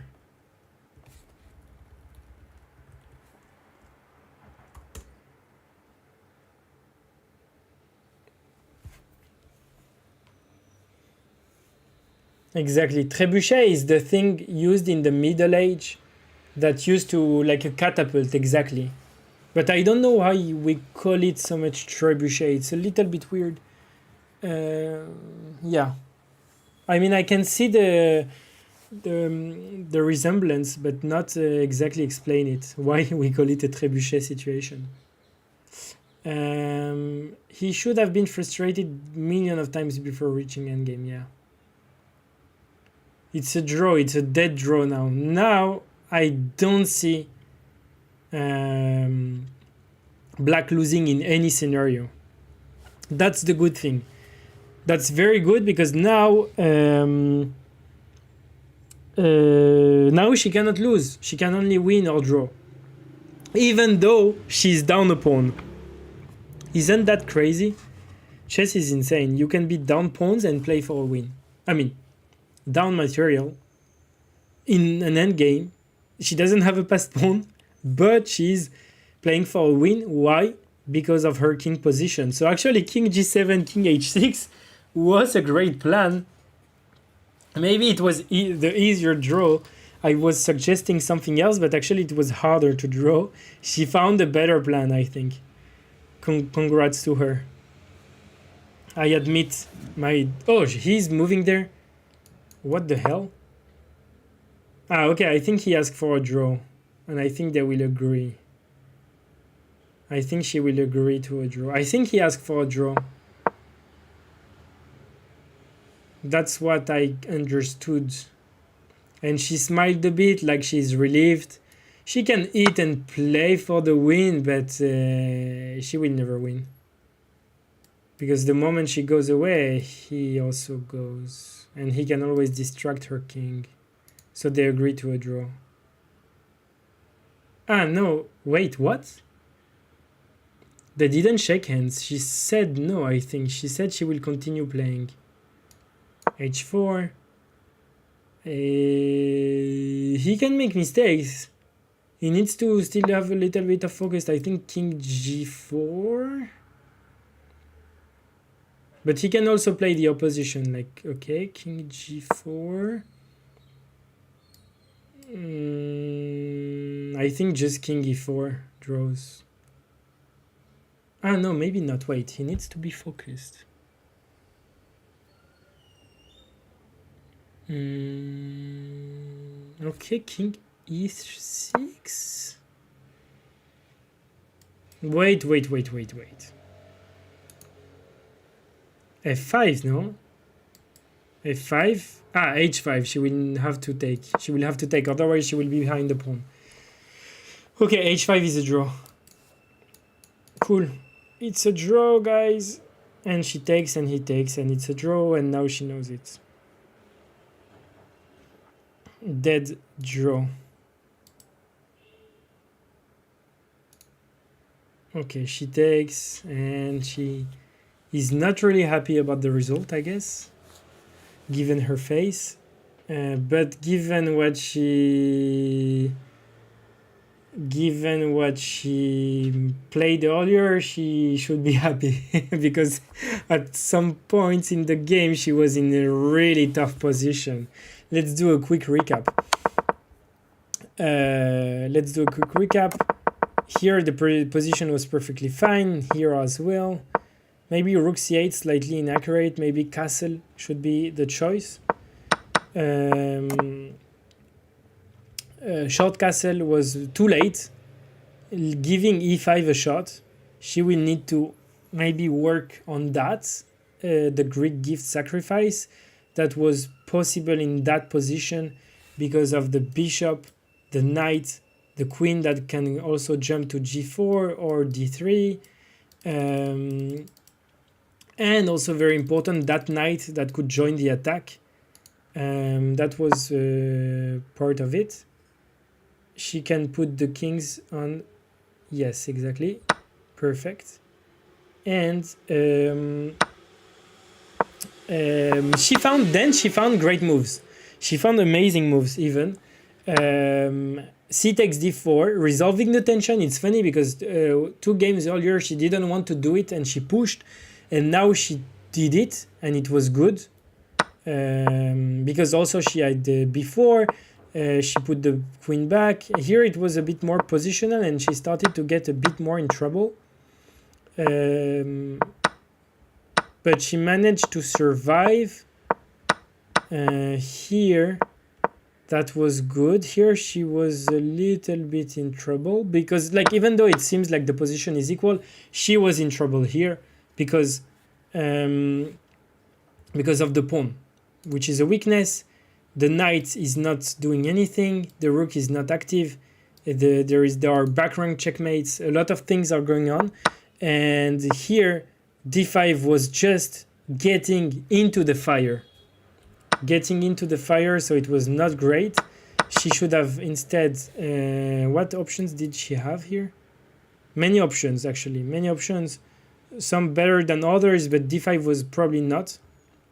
So I will change a little bit d5 to more dubious, sorry. Then she was in a hell lot of trouble here. But rook b2, rook b6 was interesting, and I won't change the notation because Damn, it was white had on an only move, which was bishop a4. Bishop a4 is the only move to keep the advantage, and he missed it. Because after, I don't know, the rook moves, maybe he didn't like that, but apparently... no, you cannot move the rook because the knight is hanging. But wait. No, but the can cover, okay, there is not that. Because you can cover. But you need to go there. And then there are some issues. I don't know what exactly. Anyways, he played queen c2, which made everything easier. And we went to this endgame where I will put a great move because that's the only move. That perfect. That's also good. That's also very good. And from here, that's good. Perfect. I will still look on my free time at the analysis of what about that. Here. And how to draw this situation. I'm not sure. I'm not sure how to draw this situation. Very exciting game. Thanks for the broadcast. Well, thank you for the comments. Thank you for everything. It was a pleasure. Now we'll wait for Tosh to come. Maybe the broadcast will stop for 1 minute or two. I think it's every time she exits the room, so I'm ready to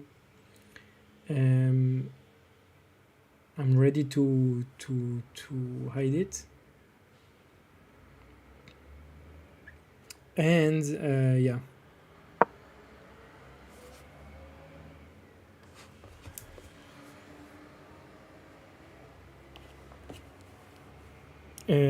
I will send her back the classroom where she can join.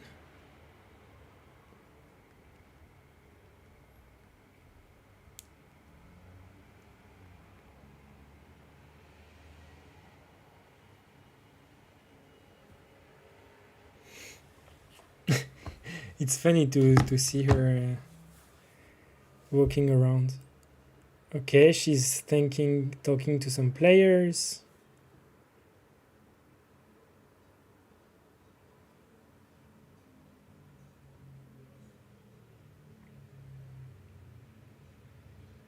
Okay, I think that's where it glitches. That's the moment where it's going to. Yes. And see you, I think.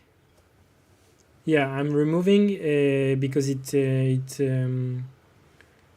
the call finished, because I guess there is a problem, maybe the Wi-Fi or something, I don't know exactly. But we'll wait for her for the interview. And it came back maybe.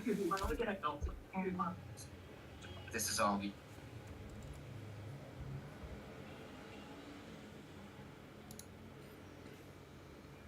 Already, we'll just go plus 2. Hello. Stereo. Can you hear me? Yes, hey. Hi. I'm sorry. I love something more quiet.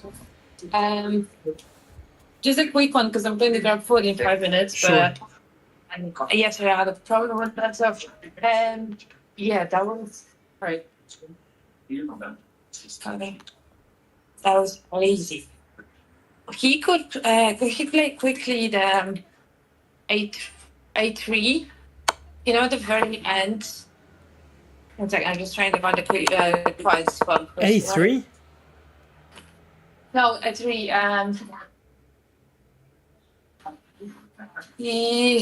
Oh gosh, I forgot the squares. Oh, was it H3? Oh, H3. It was H3, right? H3? Yeah, sorry. King H3, you mean? No. The other situation where just before he took pawn with the rook, before we went to independent game. I'm not sure where you're talking about exactly. It was just before the opponent game, so before we exchanged the rooks. Okay. Yes, I see. So king f7 you played. He played f5. No, that's after. I'm talking about this last pawn on it was e3 or d3. Yeah. Do you have the link to the classroom? Can Yes, you I just send sent me the you. I link? sent you. Seconds.